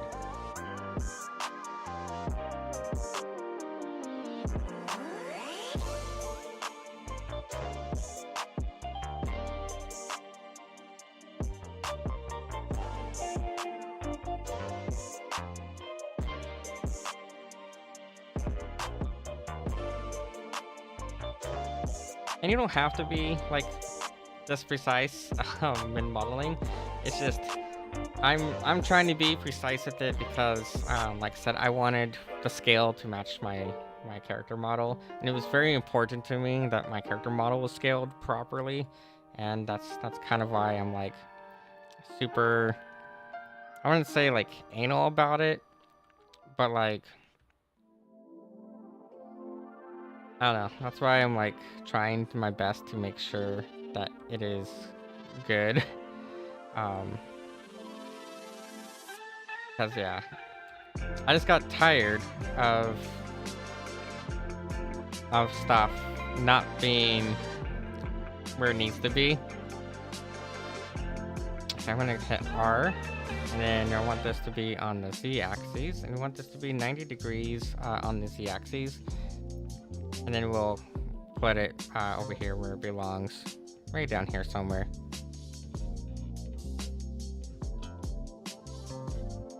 So first one, we're gonna bring, make sure it's all the way down where it needs to go. And then we'll put it on the opposite side here. And maybe zoom in just a tiny bit more.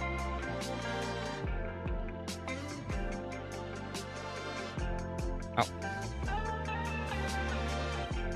Actually, we want that to be on this side.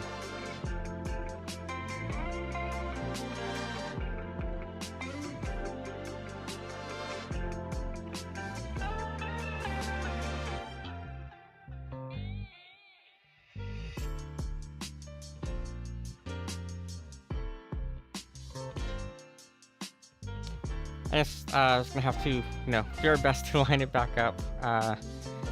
If I remember right, from the other side, it should be like 4 and 4.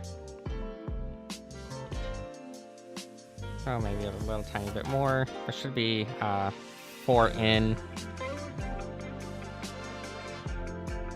Okay, why are these not going right here to the grid like it's supposed to? Are we off on something here? We might be off on something.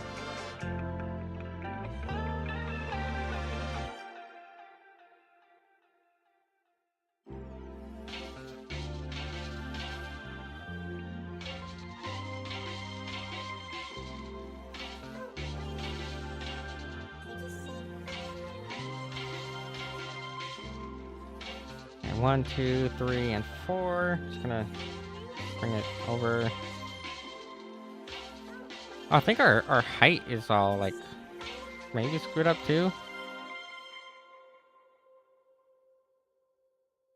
How did that happen?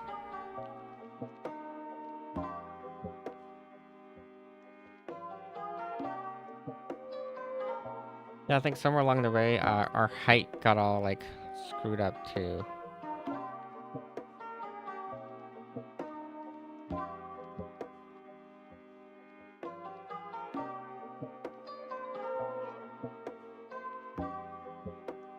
That's actually an issue with this mesh. And it's probably these ones here. There we go. Cool. So now we have almost all of our supports. There is one more like set of supports we're gonna need for the desk. So I was going to tab over to grab these, and we're just gonna do the same thing. Just Shift D. Drag it over.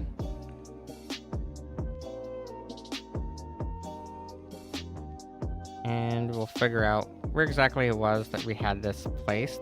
I think on that side over here, I'm trying to remember how many inwards was it? That's how we got that 4 number actually, yeah. Because we're doing it on this side, and that's how we got that 4.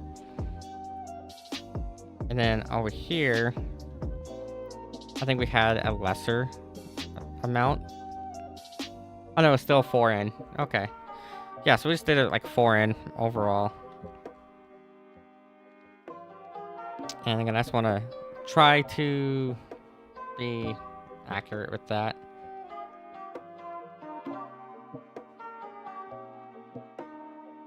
So just G and then X, and we're going to bring it in as close as we can to match that. There we go. Cool. Our desk has supports now. Woo! We have 2 shelves, have our supports, and we can start adding other stuff to it. It does actually need to have legs, so we can go ahead and start adding legs to it. Also want to start adding some materials here now too, though. Materials are going to be rather easy for the desk itself. I'm actually thinking we just do a solid color for the desk. So for the desk, we can grab our material here. We have a bunch of extra materials that need to be assigned. So might not want to use that one. But we'll label this, I don't know, we'll label this desk body. We have a desk body material. And you can just grab everything, hit assign on it. And then same thing for this top shelf. Just tab into it and just assign it that desk body. So just make sure you're only grabbing the one desk. I'm gonna set this to desk body, hit tab, hit A to grab everything, hit assign. And now those are gonna have the same material. And then here we can make this desk support. So maybe we'll add a new material here. Call it desk supports. And then hit tab, hit A, hit assign for those. For those, we'll do those first. Set metallic to 1. So metallic is going to be set to 1. And then base color, I don't know, find like a nice gray. Probably 60%, 60% over here on the value. Might be good. And then the roughness, you can leave the roughness at half.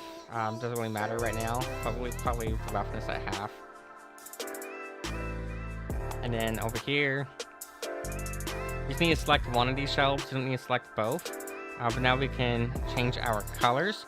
Now, since I'm colorblind, I struggle with colors that are red quite a bit.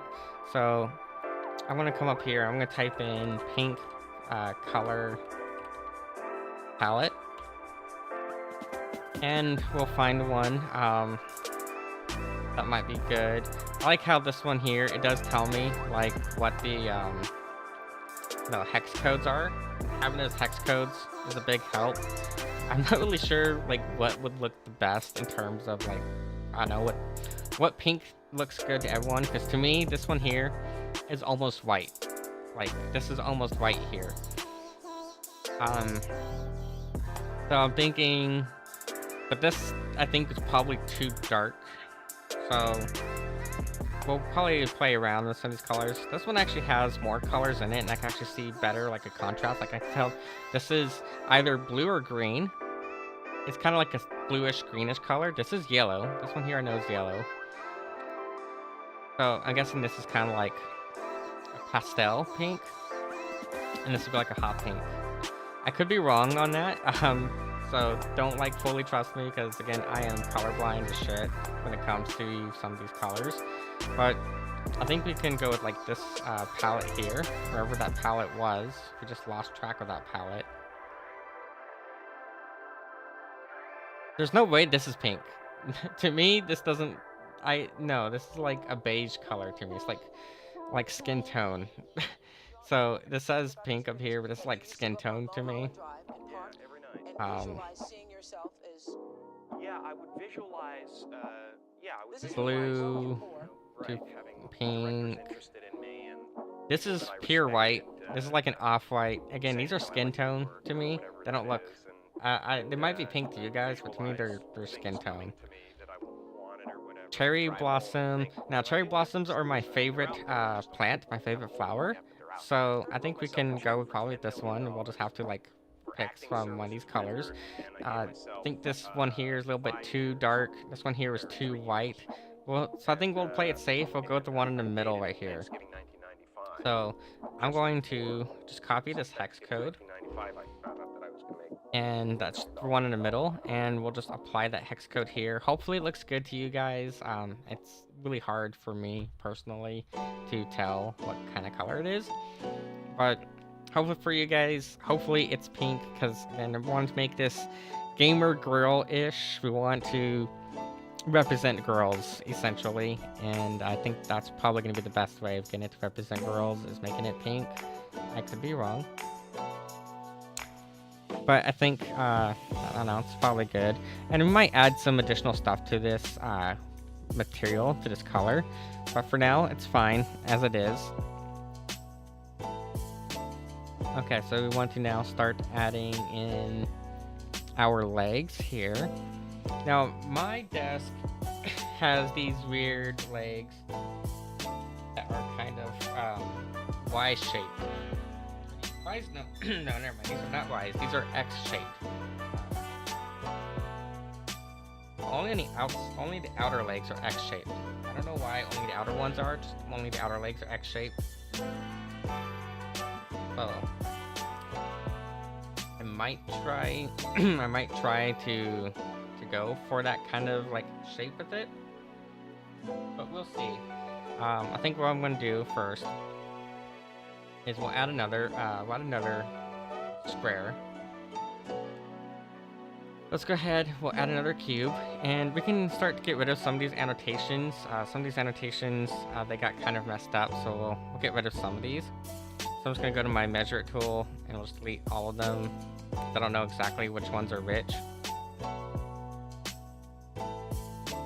And let's see here. Oh, and then this one, yeah, that one's fine. Alright, so what I'm going to do is drag this one, I don't know, way off over here somewhere. Let's go into our orthographic view, just drag it, I don't know, about here. Oh, and I'm noticing one issue here. So if I select this, make sure we're in our, whatchamacallit mode, X-ray mode. Kind of screwed up right here with something. It's actually these bottom vertices that are screwed up. There we go. I just need to double check some of our stuff here.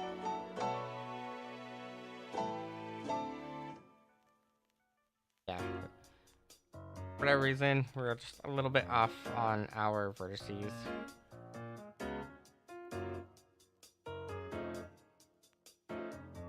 Okay.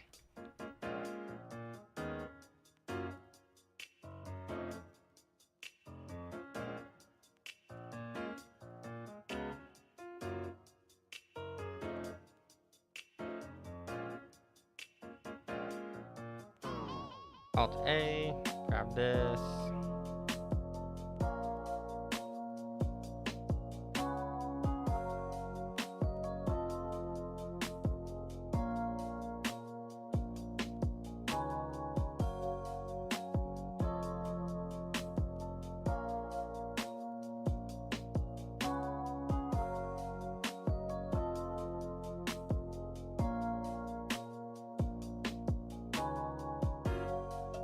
I'll do the same thing up here.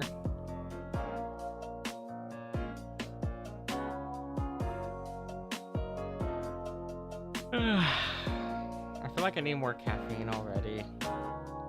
Caffeine's bad for you, but as an adult, you end up kind of becoming dependent on caffeine for your daily life. It really is, like, I don't know, kind of shitty to think about, but that's just how adult life ends up being. You become dependent on the caffeine just to function. If you don't have coffee or tea, then like you're just not gonna be able to like function as an adult. Alright. Oh, and let's see here. Yeah, how did that all get screwed up right there? I don't know how that happened.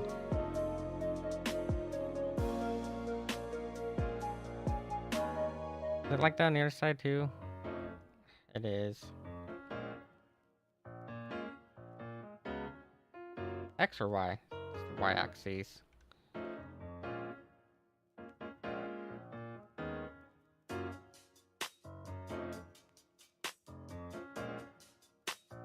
Try and select back there, damn it. There we go.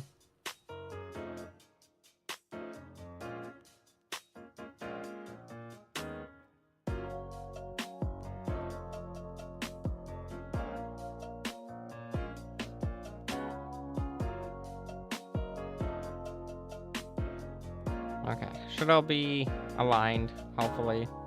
Hopefully it's all aligned now.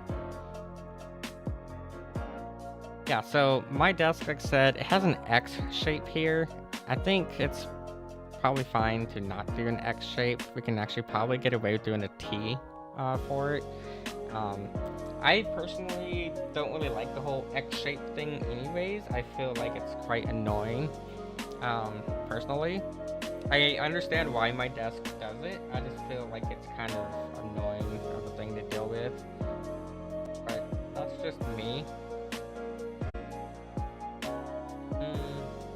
It's also like my desk has like the support in the middle is curved. It's really like weird. But I figure if we do a T shape, then that gives a lot more leg room for our virtual characters. So we'll do a T shape for them. Go into our ortho view. Oh shit, everything is like fucking skewed now. Yeah, what happened here? How did everything get skewed like that?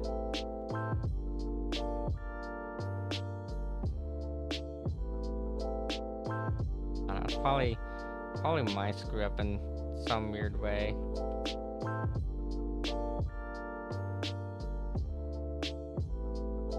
Why is that not lining up?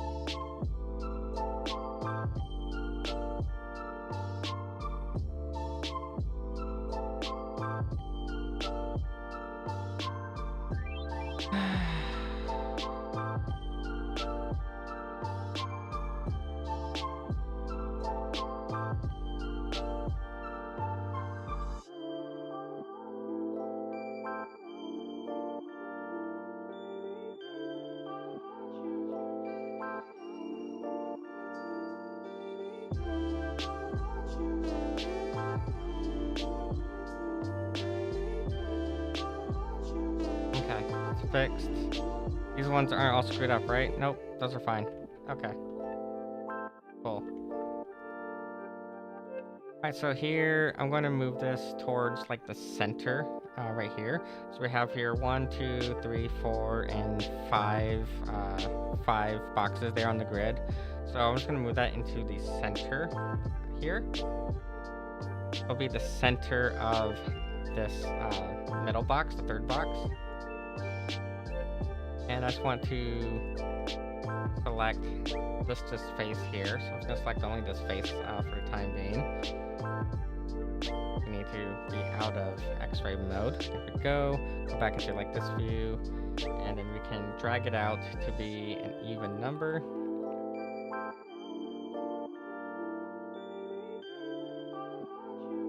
Okay, so we can grab this side now. And we'll go back into that view and drag it out. And then that should be good there in terms of the width. Looks like we're not quite aligned where I wanted it to be aligned. So we'll just go ahead and drag it over. And the goal is to put it in the center of the grid. And I think that's probably as best we're going to get right there. Okay. We might need to actually make this a little bit thicker as well. And then we're probably going to round it off. And then we'll do some like supports down here at the bottom that are kind of more rounded off as well. So from here, we can go into our edit mode. Like this face. I need to actually probably like change the display options a little bit. That way they display better.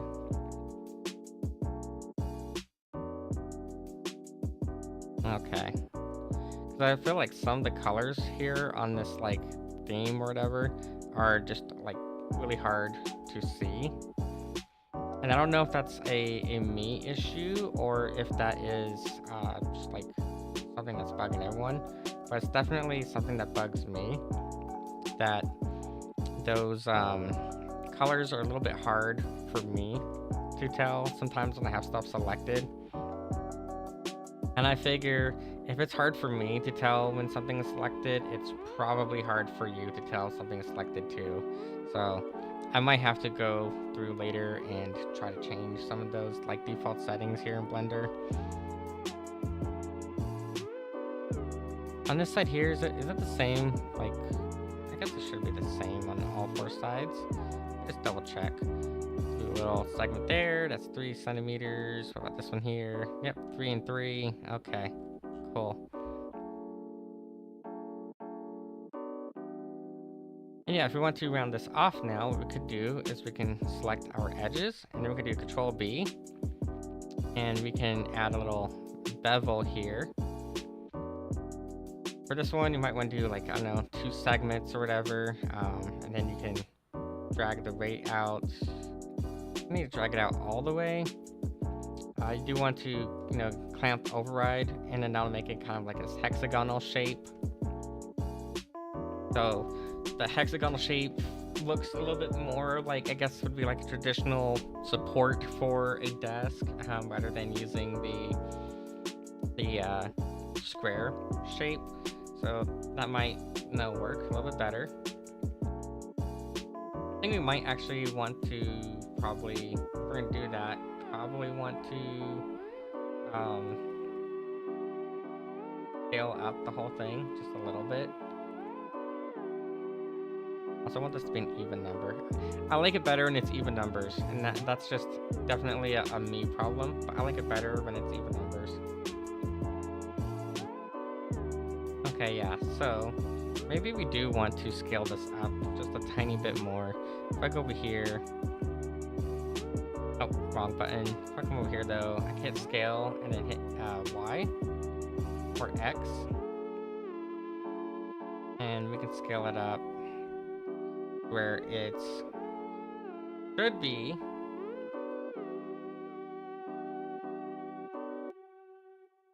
like, no, not that big, not that big. Actually, that might not, no, that's too big. Yeah, I don't know. Where's our scaling here? 5.5.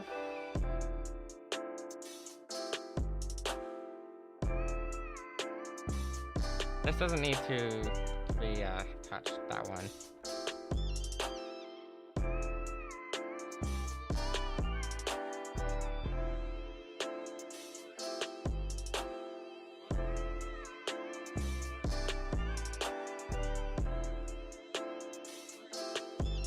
Okay, yeah, having it be just like a little bit thicker, I think kind of aids to it being a support beam. And then we'll do the same thing. I will bring it over here to this side. And then we'll need to add some extra little mesh down here. Just as like a little like flat piece.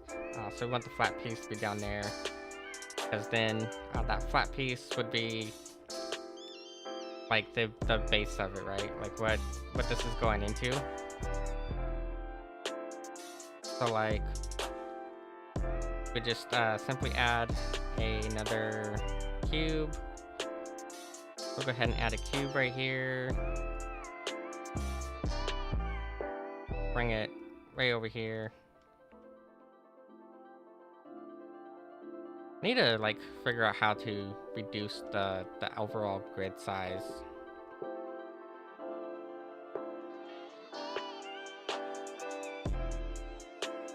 Bring it right over here.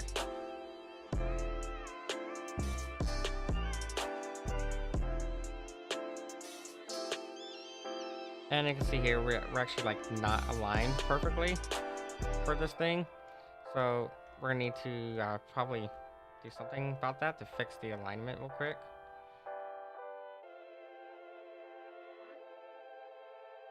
Here for text mode.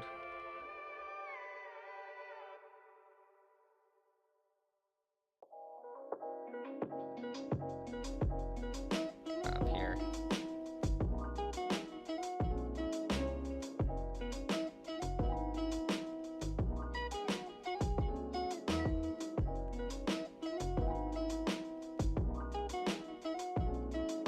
We hit tab and we're going to our edit mode.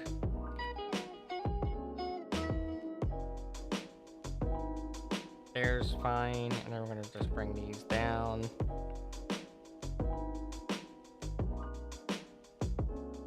And we'll probably put it here at this like 2 boxes first. And then we can bring it around this way. Now, obviously we are like way the hell off on this. So let's make sure we're resetting where that goes. And there we go. And actually that should be bigger because of what it is. If we go back into this view, I would probably actually drag this out. Probably actually 2 whole boxes.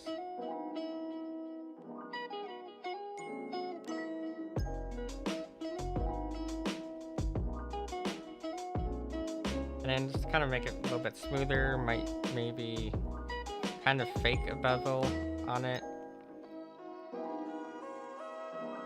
I can get my alignments right.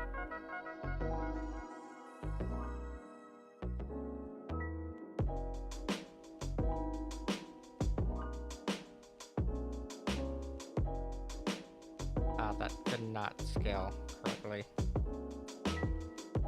Not scaling, but like it didn't move the way I wanted it to move, essentially.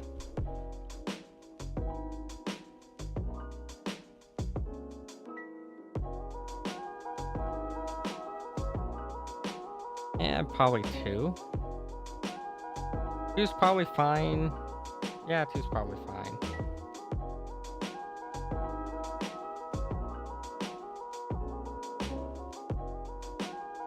Okay. Just that way it looks, you know, looks a bit more like we would expect on the floor. If we were trying to like make this more render friendly or more like render-ish, I'd probably just use an actual like, you know, the whole bevel modifier. What you could do is you could select like this whole loop up here, and then you could just do like a Control B, and then bring it in like that, and then maybe, oh, yeah, have to take it off of the snapping. Okay, you could do like Control B, and then bring it in, maybe not that much, bring it in probably this much. Then, I don't know, maybe scale it in a little bit. Okay, maybe not that much.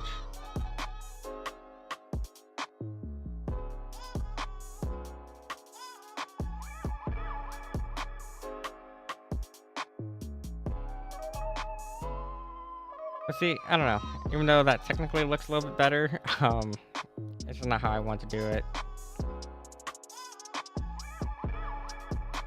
So I want this to be optimized, and honestly, I probably like overcorrect when trying to like make things optimized for people.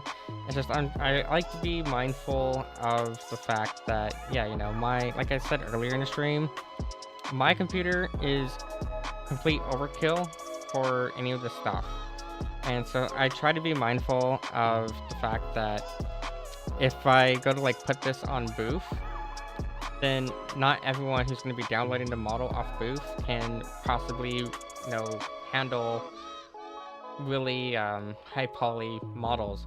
So I try to keep it all low polygon if I can, unless I'm doing it as like a personal project or I'm doing something stupid where I'm just doing this as quickly as possible. This video is like I said, like 5 minutes, and it was because I just used subsurface or subdivision surface modeling for it. So like, if I'm not trying to keep things done in a way that like anyone's a potato can use it, then I take a lot more liberty with stuff. For example, if I was going to be making a render out of this, I would actually probably even go in here and I would select all of these edges. I would select the edges here, and I would probably select all the edges here on this desk, and then I would bevel those in if it'll let me. It's not letting me for some reason. For whatever reason, it's not letting me pull those in. Oh, there we go. And I would do like, I don't know, like a single segment, and then probably like 0.01 or something. Okay, maybe a little bit smaller than that, 0.001.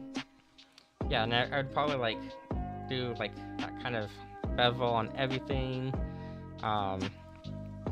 But just like I said, I try to be mindful of the fact that not everyone has a 4090, and that way it's probably over correction on my part for trying to be low polygon for everyone. It's just that I'd rather be low polygon for everyone who's going to be downloading these than have like super high poly counts. And even like right now, we probably could reduce some of these poly counts a little bit. It's just that like, I know not everyone has the resources I do, and I probably overcorrect because of that. And I'm not really sure if that's a good thing or a bad thing that I overcorrect. It's just that it is a thing that I for sure probably overcorrect when trying to optimize all this stuff. Like my model, for example, like not this particular model, but like my main VTuber model, the one I was using before Spoopy season. If I were to pull up that model, for example. Oh well, here, look at the current one. My current one, the current version of my model that we have open right now is 22 megabytes, which is pretty good. But if I were to go to my September folder and I were to go to what ended up being the final version of my model, it should be this one here. It's actually this one. It's 126 megabytes, and I feel like, you know, that'd be a lot for someone to download and then be using as a model, compared to the 22 megabytes that this current Halloween edition is. And even then, it could actually stand to be a lot lower in size. It's just that, like, I don't know, I keep adding toggles and crap to the model, and because I keep adding stuff to the model, it ends up growing in file size. But I wouldn't really give that to someone. I wouldn't like make it into .zip and pass it off to someone and be like, hey, here's the model. Unless I knew that like their rig can handle it. So yeah, I probably overcorrect a lot in putting stuff together when I'm doing it for like production for other people. Like I said, I don't know if that's a good thing necessarily or a bad thing. It's just how I happen to go about it. So I don't know how to. It depends on what we're modeling too, though. It really just depends on exactly what it is that we're modeling. Also, what I like to do is I like to select like all of these. Let's go ahead and select all of these here real quick. And I like to have my origins be at the center of the surface. It's feel a lot better that way, having stuff be kind of centered for the origin. Yeah, now what I can do is I can grab this and I can do a Shift D on it. Maybe I don't want to, you know, move it out of the way. I'll put that back where it was. So yeah, what I can do now is I can do like a, Shift D to duplicate it. And then with that selected, I'm just gonna go to rotate. I want it to be on only the Z axis. And we'll rotate that 90 degrees.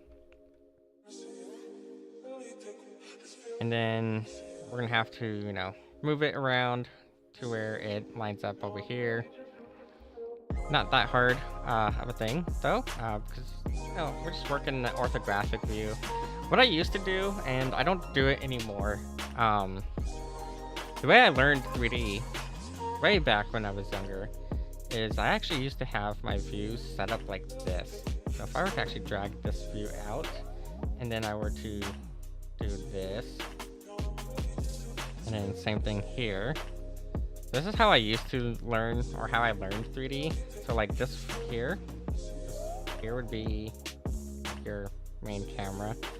Hit in on all these windows. The way I learned 3D was literally like, this would be that view, this would be this view, and then this would be, where's it at? That view. This is how I learned 3D actually, was everything was in like this kind of format, and that was back when I was like using Maya. I also used a few other tools. It's very CAD-like, I would say. In fact, I think that really is actually a CAD thing, now that I'm thinking about it, because CAD is usually this kind of like style setup. That's how I learned 3D.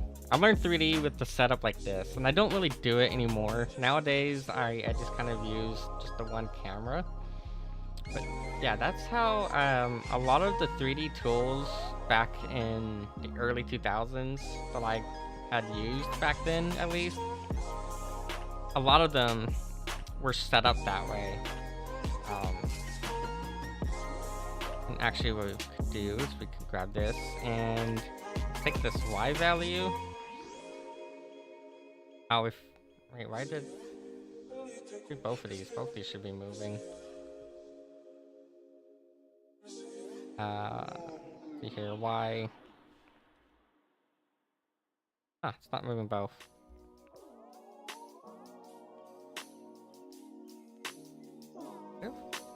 No. Why is it not moving both of these?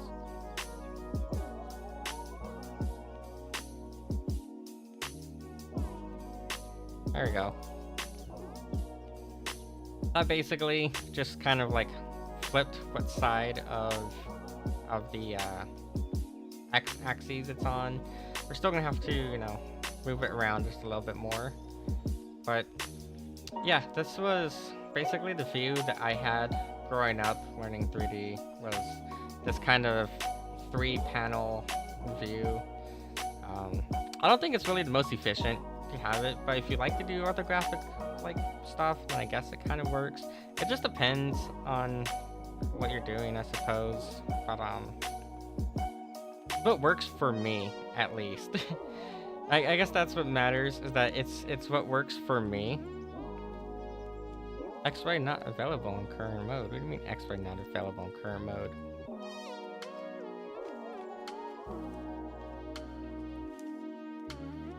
And you'd probably actually just have everything in wireframe if we're doing it that way too, but it's not really necessary to have it on wireframe.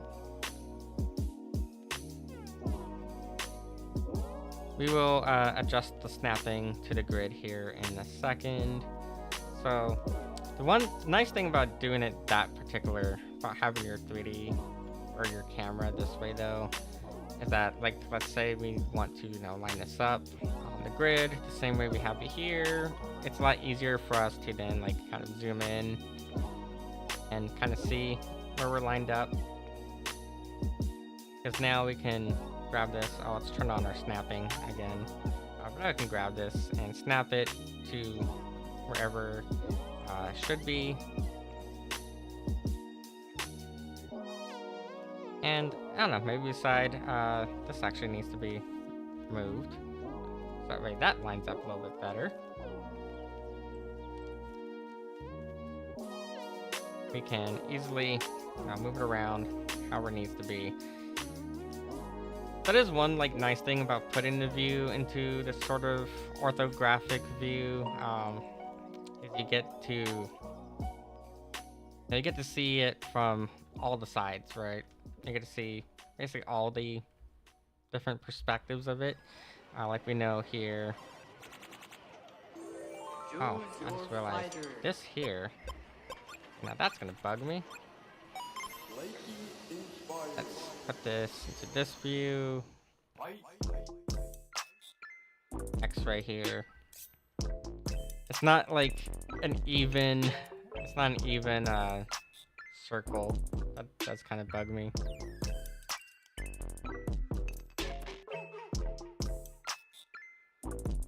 Yes, I am still alive.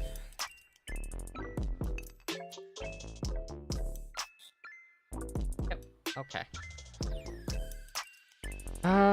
Technically we could do is we could actually just select all these. We can go, was it loop tools? I think it was under loop tools, and we can make it an even circle using loop tools. I have so many fucking like things open here though. Let's see here, best fit, yeah, radius 1, I don't know, 1, not 1, angle, leave that 0, I guess. See, that didn't work though. So like, it really has to be specific. Ah, where'd my view go? There it is. Okay, so we don't have it in... I thought I turned off X-ray. Yeah, I want X-ray off. Turn off X-ray. I want to go into wireframe view. Here we go. Okay, why am I not able to select stuff now? Here we go.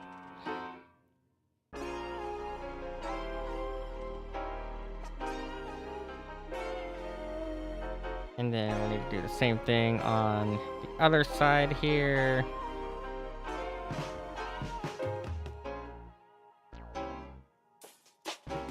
And then circle, button, yep, okay.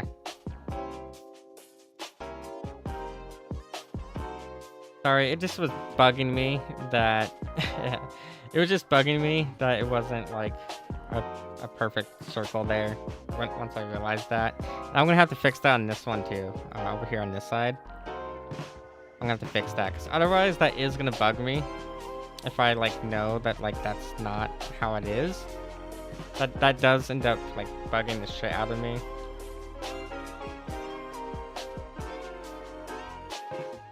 Ah, I want my view back this way.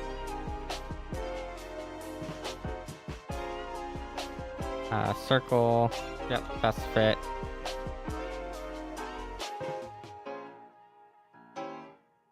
And then same thing over here, just make it a circle. Now that's adding a bunch of extra topology though, I think, for no reason. Is that actually twisting it? Can't tell if that's twisting it or not. That did twist it. We don't want to twist.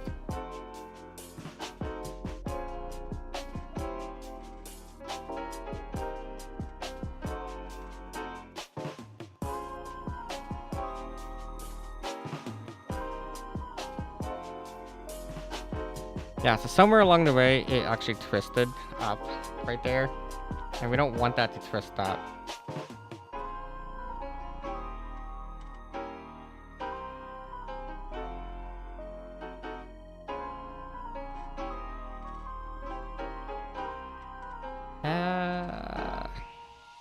See, I've gotten so used to the single camera setup that having my view like this now, just like, it bugs the shit out of me because I'm not used to it anymore.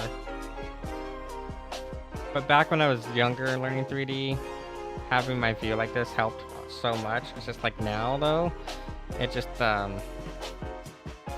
feel like it gets in the way.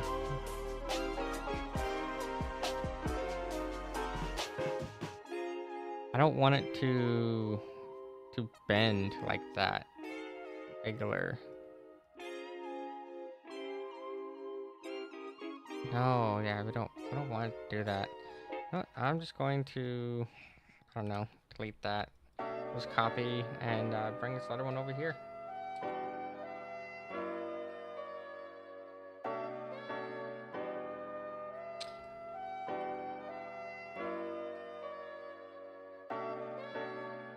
We're just kind of line it up, I don't know, as best as we can where it's supposed to go. I think right there. It looks about centered-ish. Centered enough. Okay, and then we need to make sure that we are positioned properly here in the center.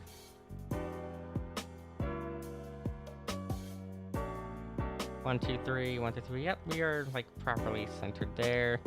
And then on this side, I want to make sure we are 2. Yep, we're 2. Okay, so we're good there.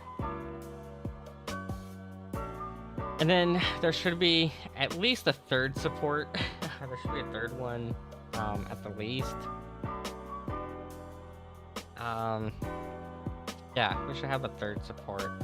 So I'm just gonna do over here. I'm gonna shift D and we'll bring it this way. And we'll have to move it around. I don't know, probably about here.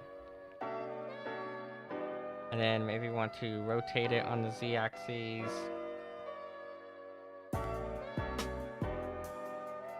.45 is what I want for it, so 45-degree angle.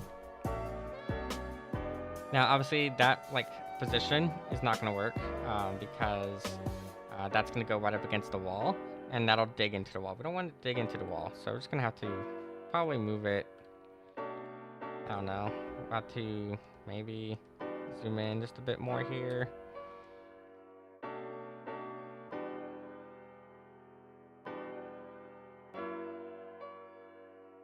Or we can, you know, put it right here.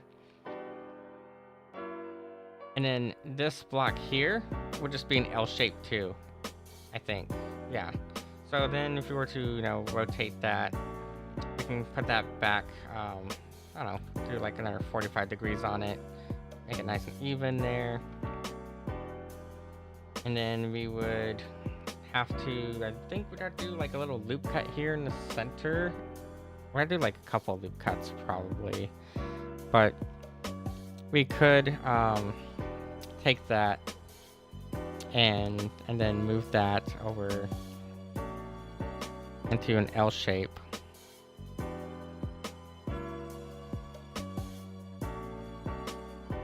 That's kind of my thought. That should be an L shape right there. And actually what we could do is we can just duplicate only this thing, right? We'll just do a duplicate of it. So Shift D. And then R to 45 degrees. Not that direction. I want to do R. Do 90 degrees. Okay. And then we would just have to simply do a boolean between the two of them. Right? I think. Yeah, let's do like a boolean. Or we just can straight up cut them. So we actually just go into edit mode with both of these. Let's turn off this cube here. And then just drag these all the way down. I don't know, about there. About there.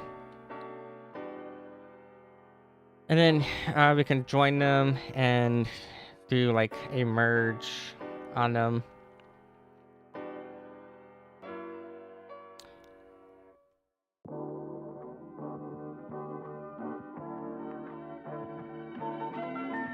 So probably bring them down like so. Also, this is all like off.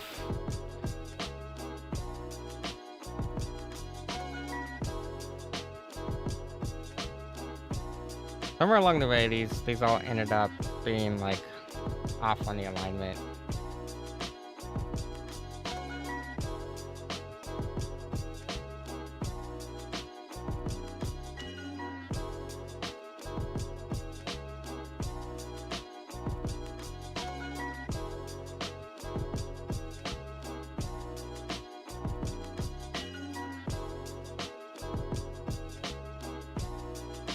Okay, make sure these all align properly.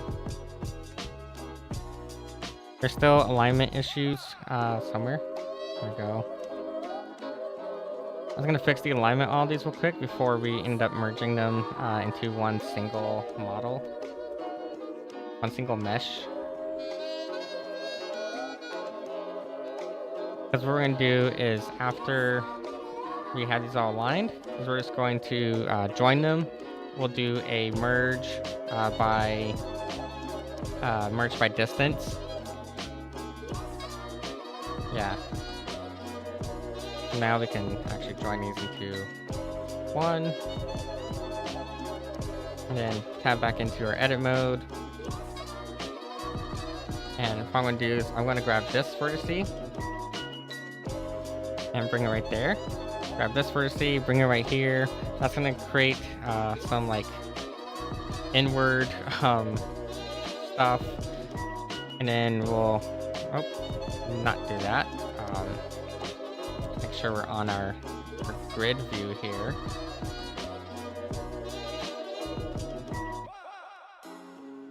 Kind of line it all up.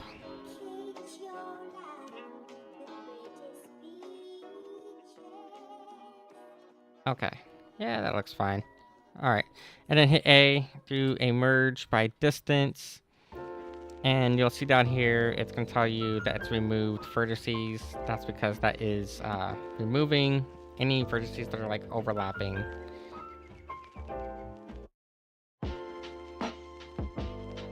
We still have vertices that are overlapping though, it looks like to me. Like I can see the little like Z fighting here. And we don't want that. So I'm gonna try again. Just do a merge by distance. Unselected. Nope. Sharp edges. These are one single object now, right? Yeah, they are one single object.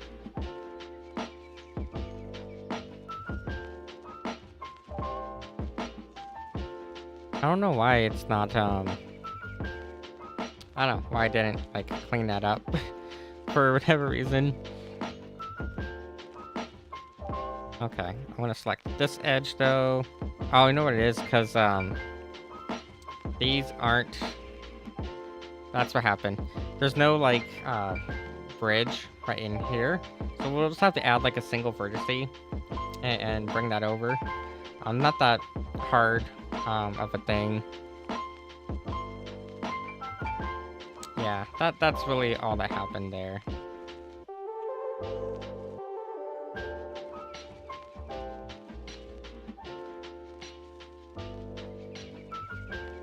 Yeah, and I can kind of see that better now that I'm looking at it this way.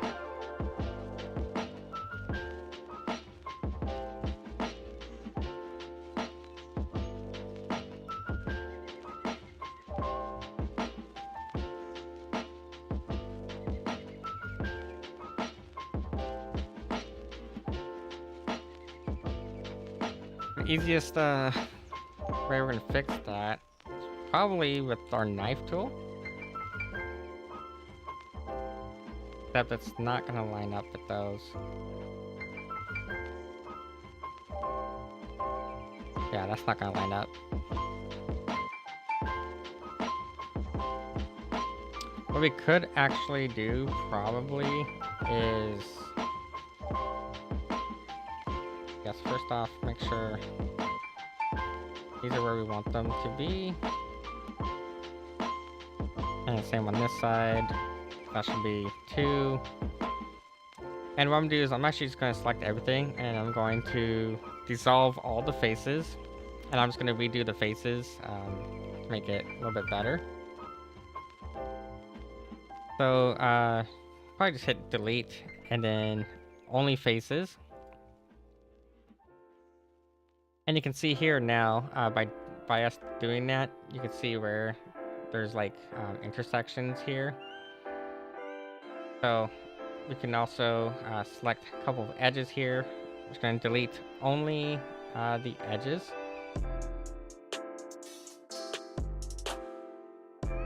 And I think what I want to do here, we have this intersection here. Actually, it's not an intersection there. I wanted there to be an intersection. I should have just done it with the bowling at this point. Yeah, we should have just done a bowling for it. But oh well. Not much we can do about that now.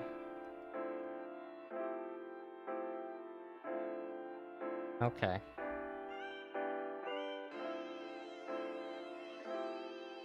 So I'm going to extrude, and I don't want it to extrude along that. That's not what I want. So where that is, right there. Hit E, I'm just gonna drag it out. About there. And then same thing, I'm just gonna drag this out to where that should go. I think it was right there, roughly. And doing it this way, we can now actually connect stuff. So we can now come over here, hit F, that's gonna connect right there. Hit this, that's gonna connect right there. Same thing. Same thing up for the top right here. And then up here. And we'll have to, we'll have to make some adjustments as we go, but a little bit better now. Because now we can select all of our vertices here, and we can bring our faces back in. Probably not the most effective way to correct that, but it's the way I'm gonna do it right now.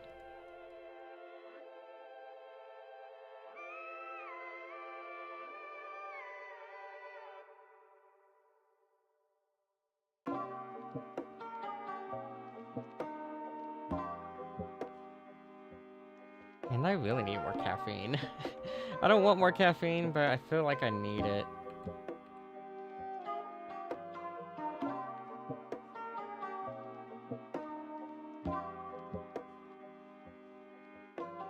Okay. Well, there we go. We have our base now. Our little support base.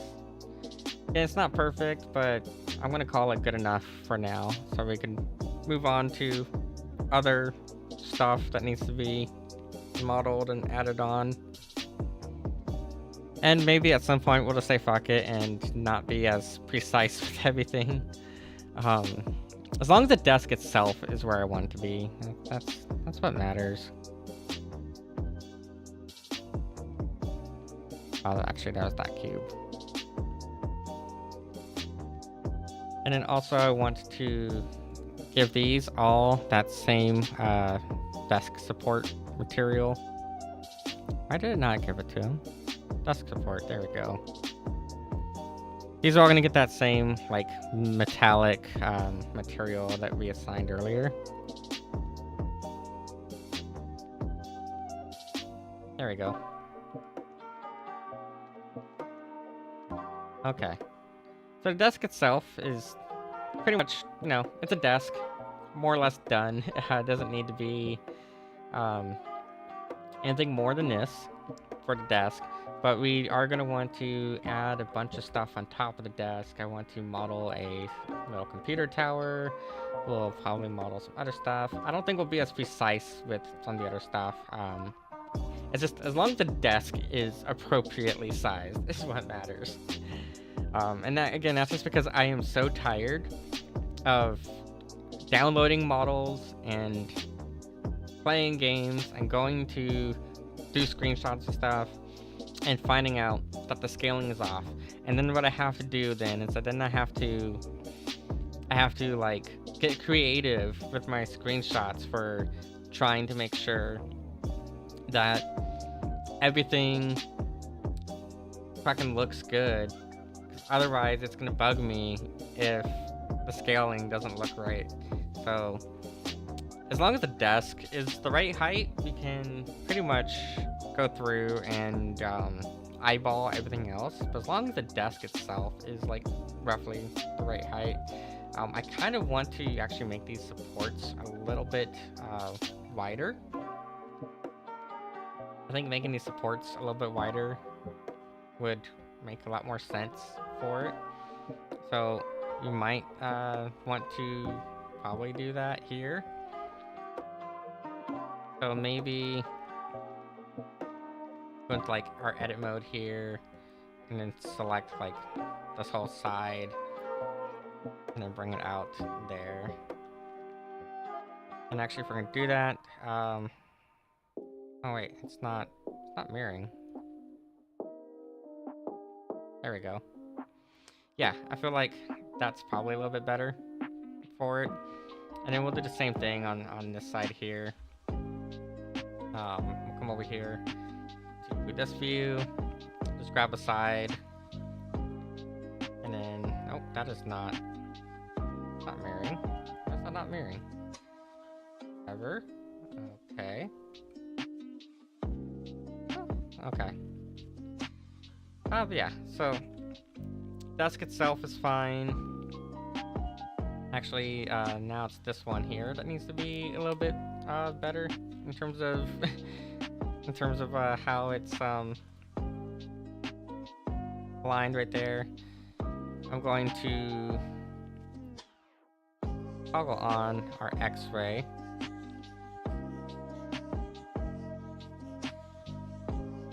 And then just do the same thing. Just bring it all out. Just do like a single square out. Alright, so desk is pretty much complete.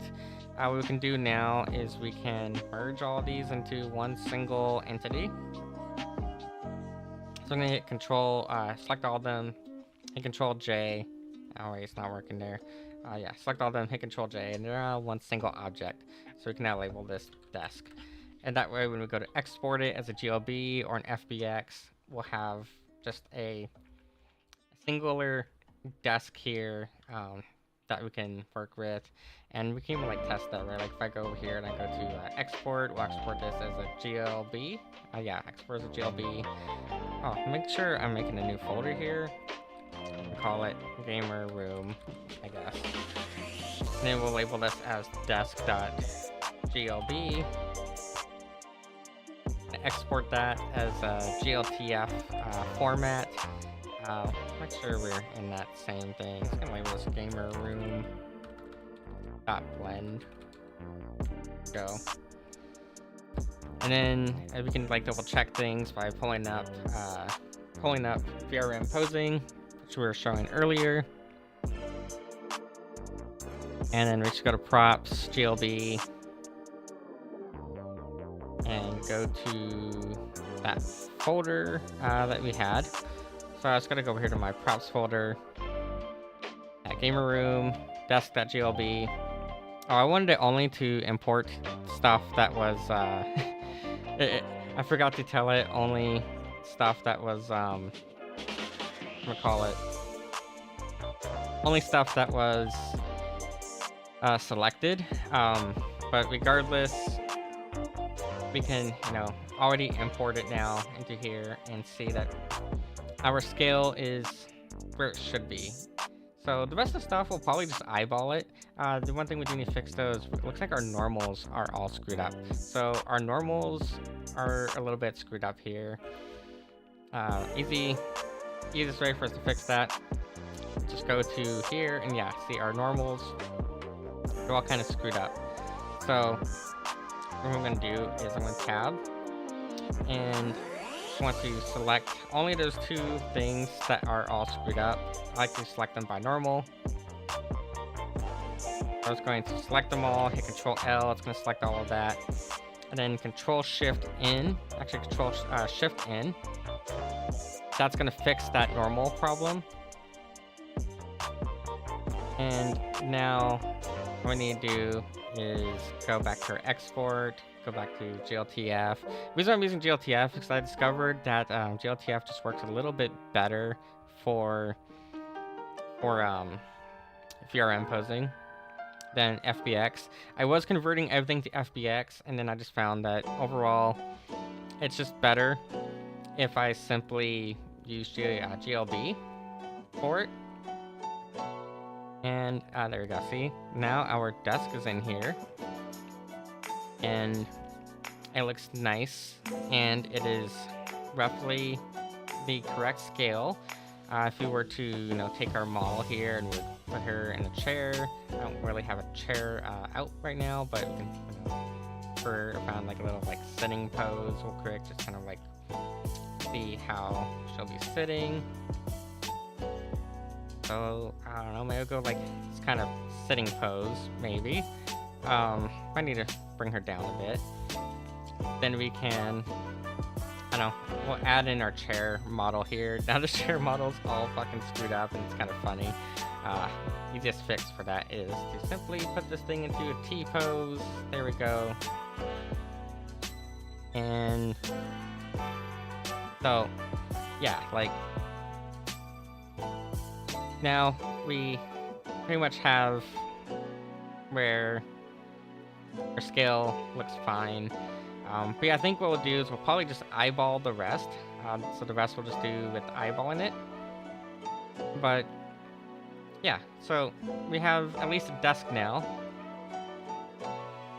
And yeah, I just kind of found that if you do it all, like I said, do it all as JLB instead of FBX, it works better for this particular program. We have another issue down here with our normals.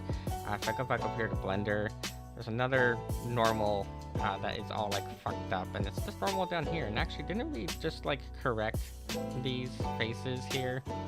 I could have sworn we had just corrected these faces.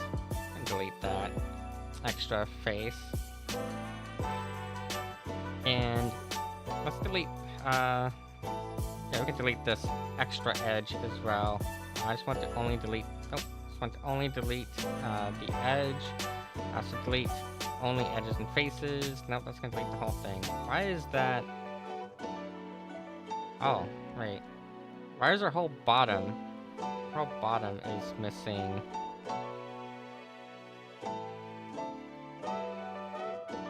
Wrong button. Our whole bottom is missing faces. There we go.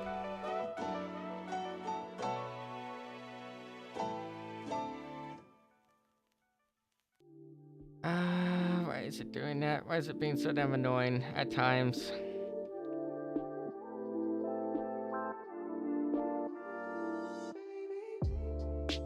Oh no, yeah, no, that's actually what we want. It's actually this face here that's kind of the problem, I think. 3 faces. And then go into our vertex selection.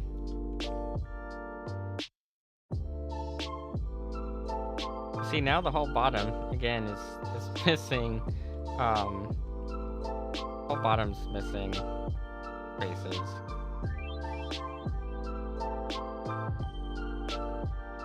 There we go. Okay. Gonna correct those faces, normals.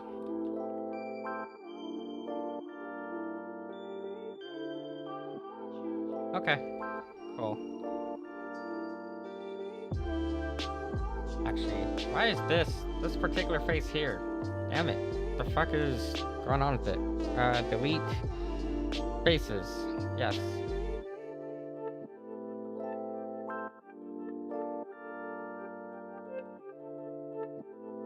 Okay.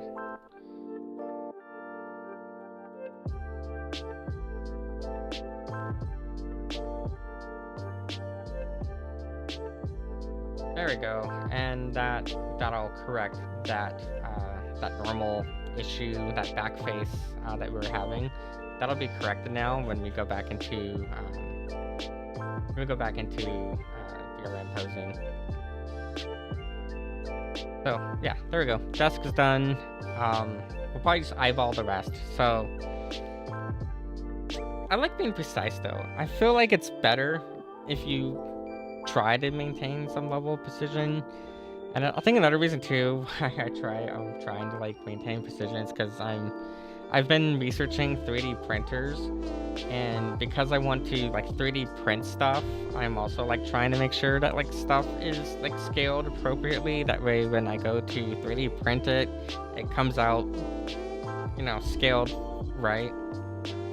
Because one of my hobbies is building scale miniatures, and because one of my hobbies is to build scale miniatures, I try really hard to like make sure that stuff just looks or that stuff is, you know, sized appropriately. That's another like thing too, is that I try to build scale miniatures, and because I do, and because I'm trying to get into 3D printing, that's probably another reason too why I'm like so anal about making sure everything's like as precise as it can be. But I guess not everything really needs to be all that precise. Maybe, I don't know. Real quick though, I'm going to let's close this area out, close this one. I want to close this area now too. There we go. We'll go back into having our single camera view.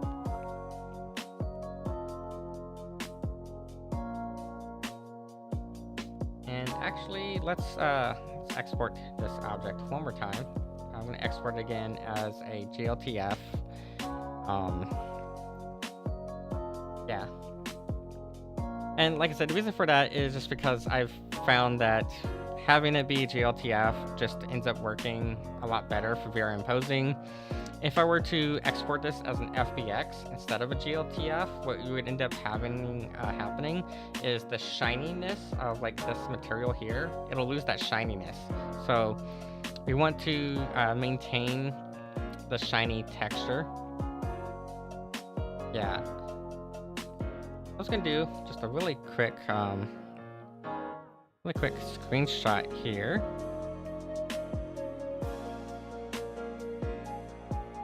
I've been using Snagit for it, but Snagit's really not the best of tools.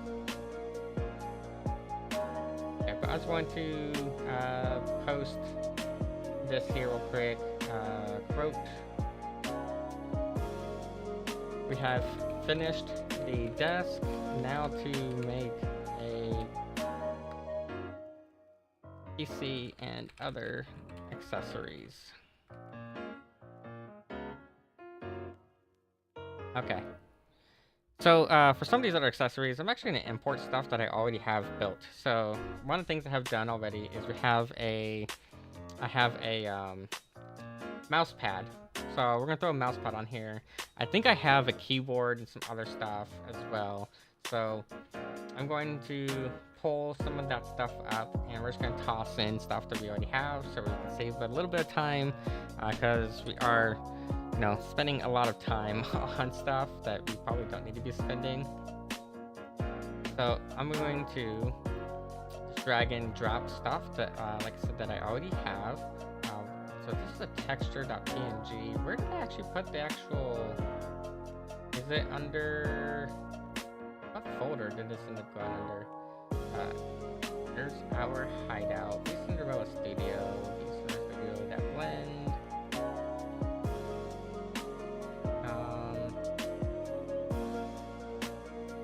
I know I was just using the mouse pad the other day. Where did I put it off to? I gotta find it real quick.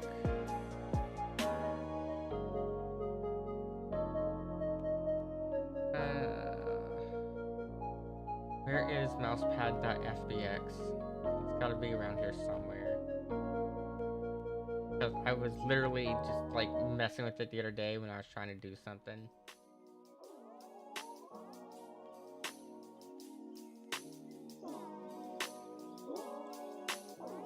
Weird. I'm not seeing it in the folder that I should be in.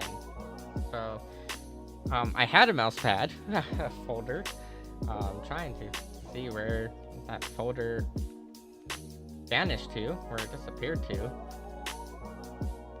I will find it real quick. But yeah, I mean, I had it here. I have the texture for it. So I have at least one of the textures that was meant for it over here. It's not gonna drag and drop. Actually, it's gonna drag and drop. Cool. Yeah, so I mean, obviously my texture is there. I'm just not sure where the actual thing went, where it actually disappeared to. So I'm gonna find that real quick. Over here on the side, I'm gonna look for that. And Once I find that, we will get that imported, and we'll get some other stuff imported in here as well.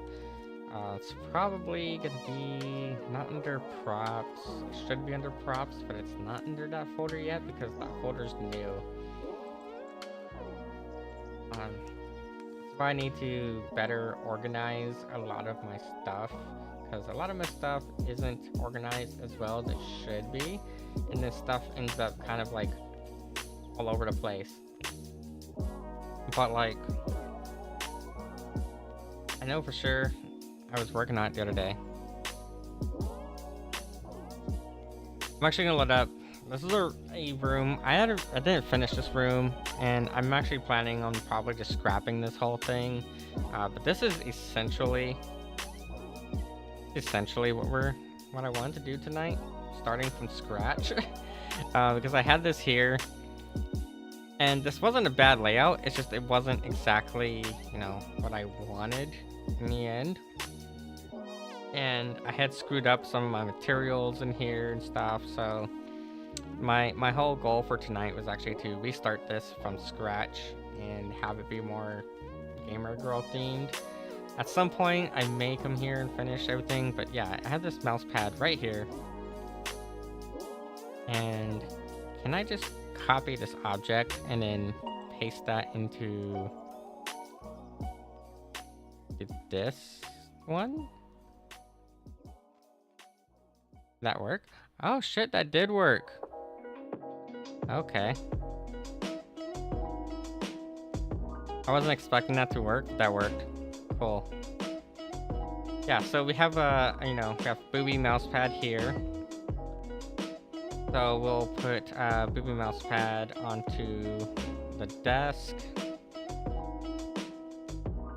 And I wish there was like a better way of like moving stuff around. But you can see here though, the scale of this mousepad is incorrect scale. So that's something we are going to want to fix our scaling for this mouse pad.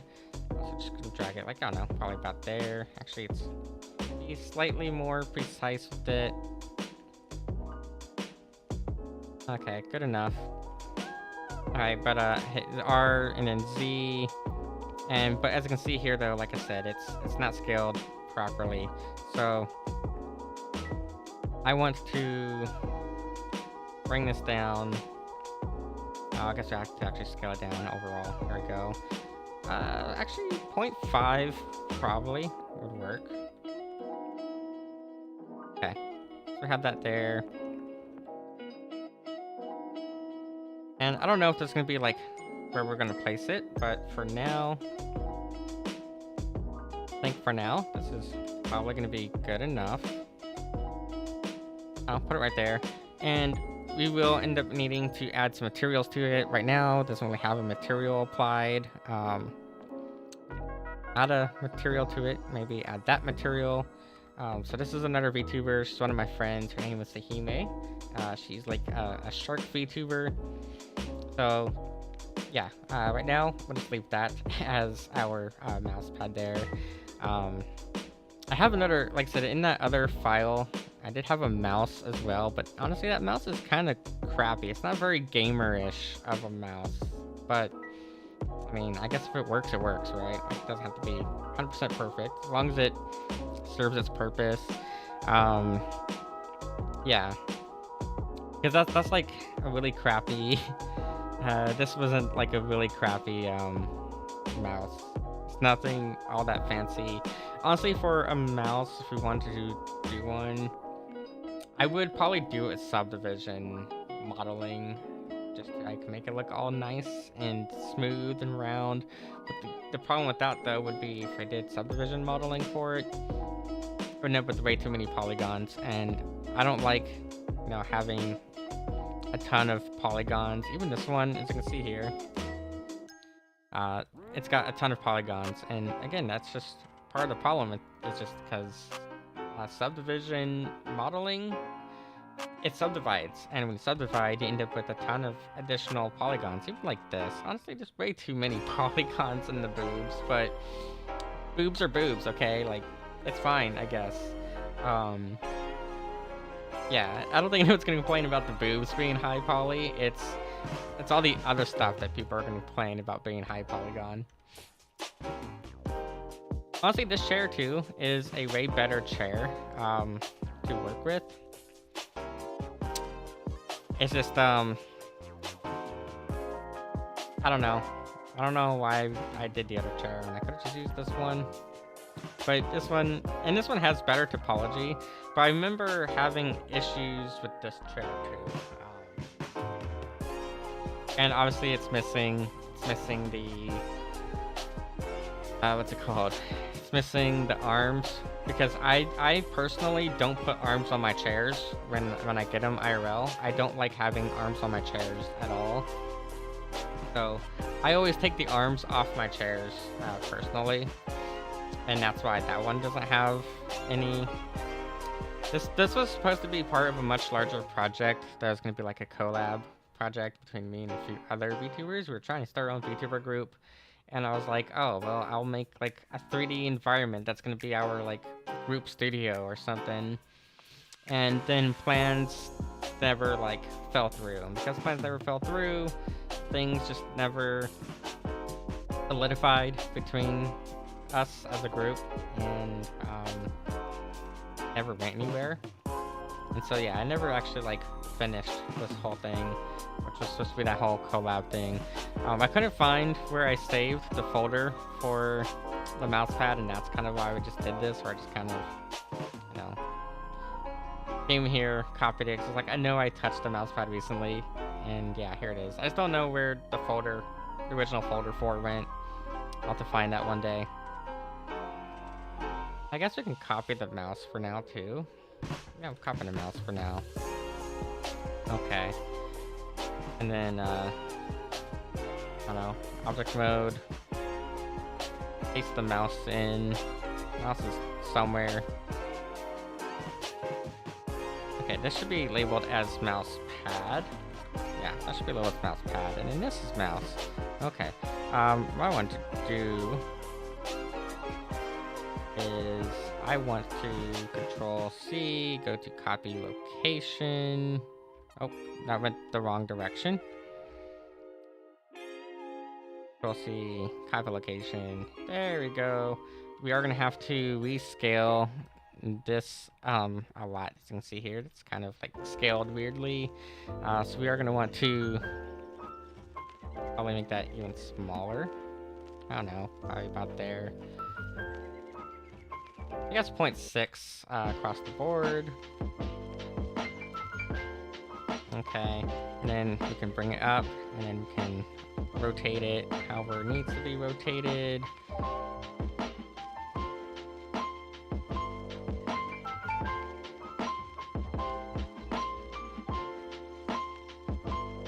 I don't know, we'll find like proper positioning for it later.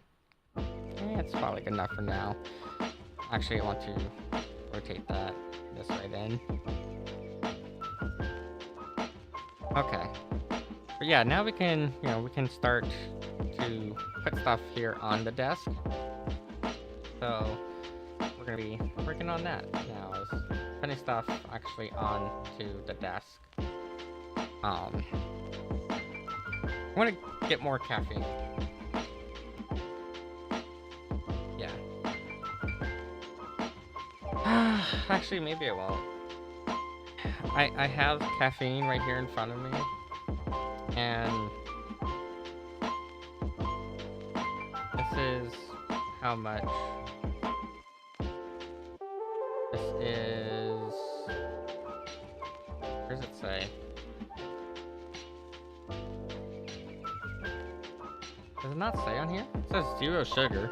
I like how they put 0 sugar in big, bold, like, font. But then when you're trying to find how much caffeine is in here, it's not, like, in a reasonable font size to, like, read. Oh, it's 200 milligrams per can. That will keep me up all fucking night, and I have work tomorrow. So I don't want to be up, like, all damn night working on... I mean, I want to be up all night working on stuff, but, like, I don't want to be up to, like, 4 in the morning kind of thing. Yeah. Okay. don't know. I'm getting tired.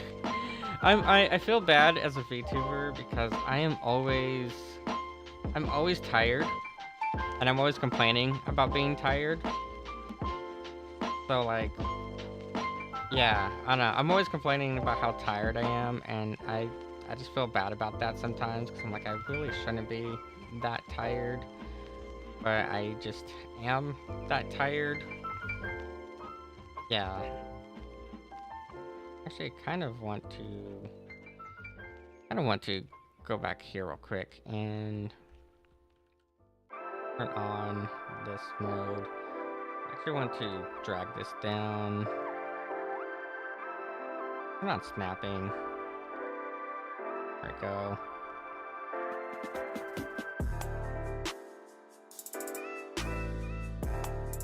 Okay. And I don't know, maybe. Well, this can be slid. Oh, no. We don't want to select whatever that's selected over there. I want only this. I will give you slid back here. And then we do a merge on these 4 vertices here. By distance. Yep, there we go.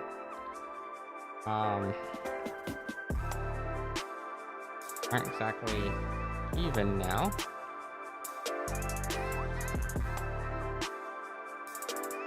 There we go.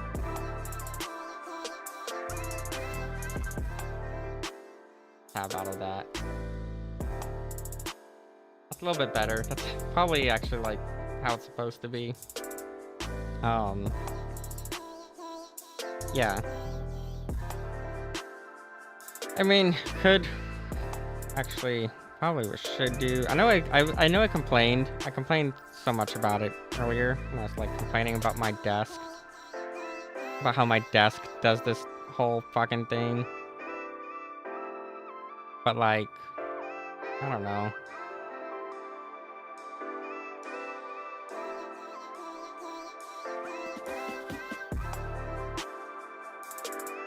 Of course, it's not gonna snap here. It's not gonna snap this side.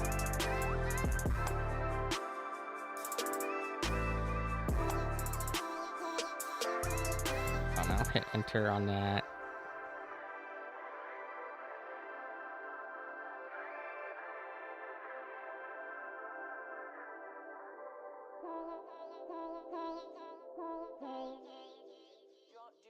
And then, honestly, probably not a good idea to be, using the knife tool this way. But who's really gonna complain? It's not like I'm doing this for like a client. This is strictly for like myself more than anything.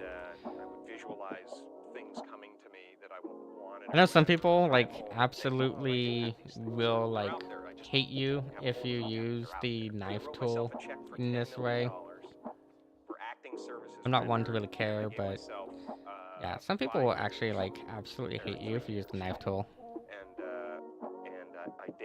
See here, Alt Z. It's actually probably better do this, and then bring this over. Yeah, that's actually probably better. Same on this side. Nope, not. I don't want to do a group. I want to bring that over. Okay, and then we can go back into grid view.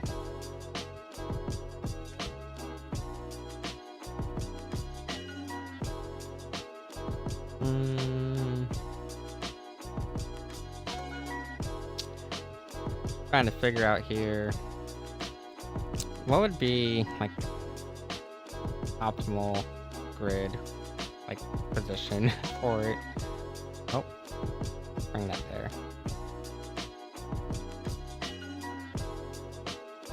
Because what I want to do is I want to get rid of these vertices here. And then I want these to be merged.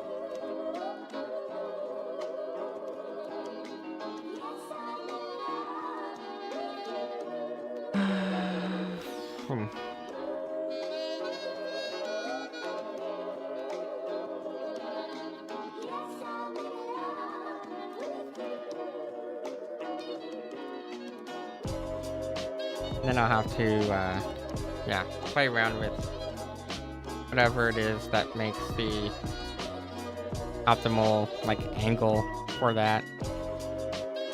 Technically, what I could do technically is I could come here and I could highlight these, and then I can use our measuring tool wherever it went. Yeah, I can do an angle. It says, please select 3 vertices. Oh, did I not? Oh, I had 6 vertices selected. Yeah, please select 3 vertices for creating angle measure. I have 3 vertices selected.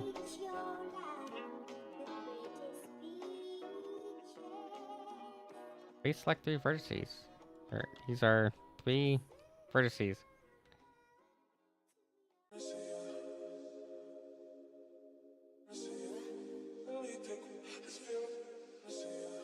Except that that put that angle there, the wrong spot. Let's see here.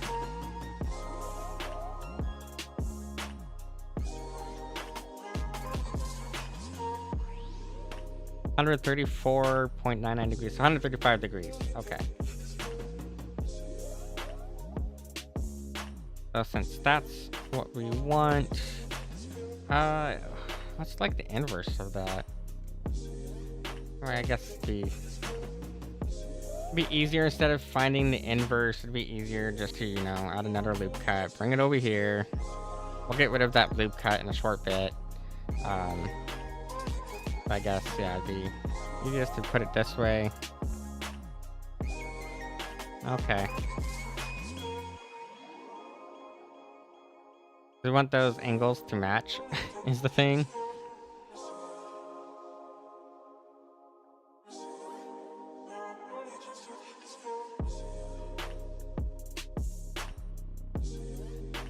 Okay, so now we're at 135 there. And we gotta do the same thing on this side, obviously, you know. Yeah, could be right here. And then add an angle. So again, we want this.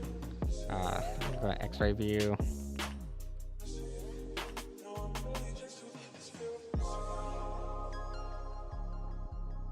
Okay. We gotta do the same thing right here though. So we'll add another loop cut. Like I said, we'll get rid of those loop cuts here in a moment. I'm just kind of adding them right now so that way we can, you know, figure out our angle situation here. Excuse me. Add an angle. Oh, it's already at 135. Okay, so that's already 135. What? That perfect then. That's 135, 135. Yep, that's good. I feel like that's too thick. Yeah,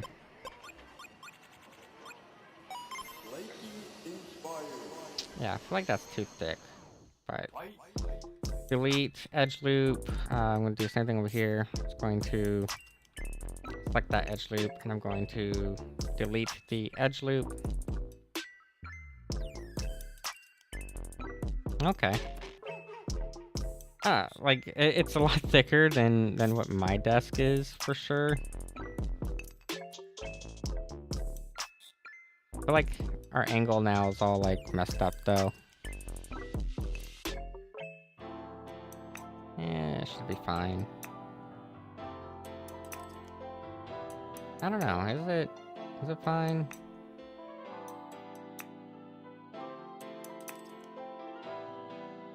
Okay, that's 135. And then this is 135. Okay. How about this here? Is that 90? That should be 90. 89. Whatever. Whatever. 90. Okay, yeah. 80. It's within margin of error. It's it's within margin of error. It's close enough.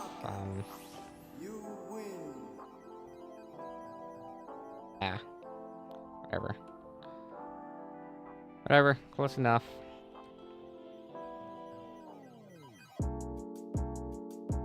Still feel like these probably should be, I don't know, thinner maybe.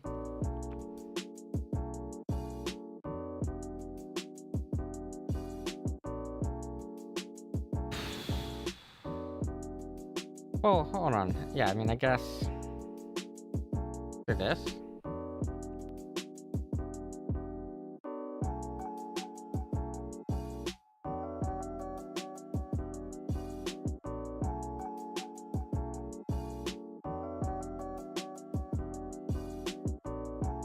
Ah, shit, I can't move it that way though.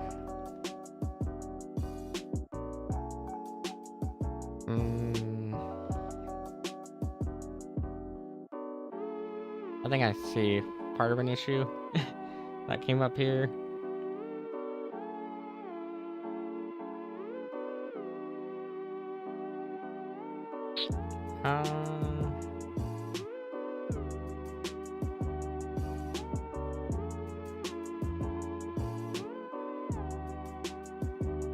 Oh, there we go. Okay.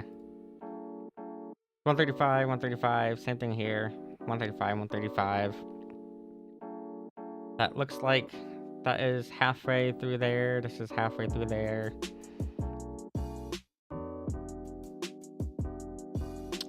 Going to tab out, Control S.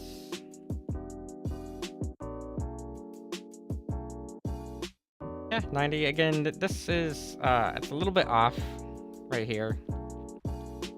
Like ever so slightly off. Oh, and actually, you know what it is? I think it's this particular vertice that's off.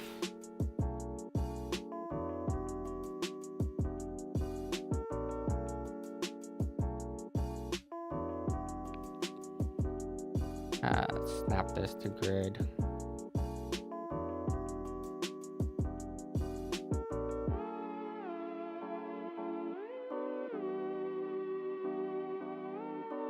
$89.84.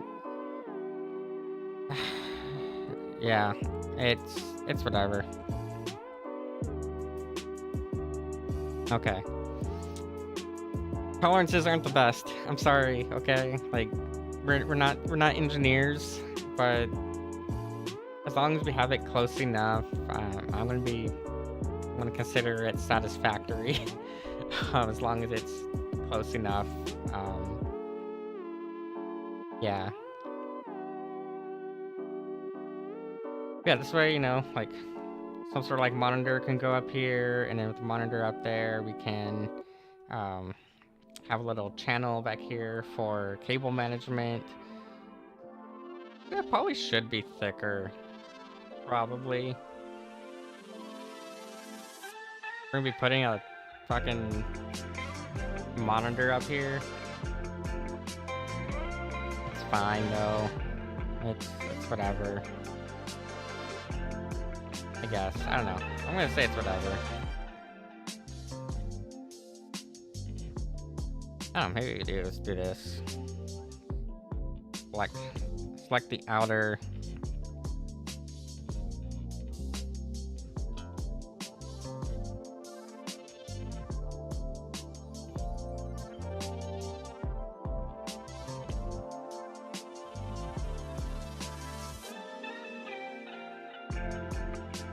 Okay, so yep, that's 18 across, 139, yeah, 140. Again, we're not engineers. We're not engineers here, but as long as it is mostly even everywhere, probably good. I don't know. I all like selected there now. Yeah, you know, 117, 50. Oh, we missed an edge here. Missed this edge. Yeah, okay. And I think that's, you know, scaled as best as I'm gonna get it scaled. I don't think I'm gonna get that scaled any better than that, in all honesty. So I think that is fine. And you know what? Honestly, I'm getting tired. I don't want to have more caffeine. It is already past 11 p.m. and I have work tomorrow. So yeah, I think we'll just call it here for tonight. Um, be back on Sunday. Sunday will be on Fansly though, and I don't have anything planned for that specifically, but we can figure something out. I'm gonna call it here for tonight though. So I will see you all on Sunday, and I'll get at least a desk will be added to the booth shop soon. I don't know. I'll be working on stuff, but yeah, I'm getting tired. I don't feel like having caffeine, so I'm gonna call it here for tonight, and I'll be back on Monday. Yeah. All right. Good night, everyone.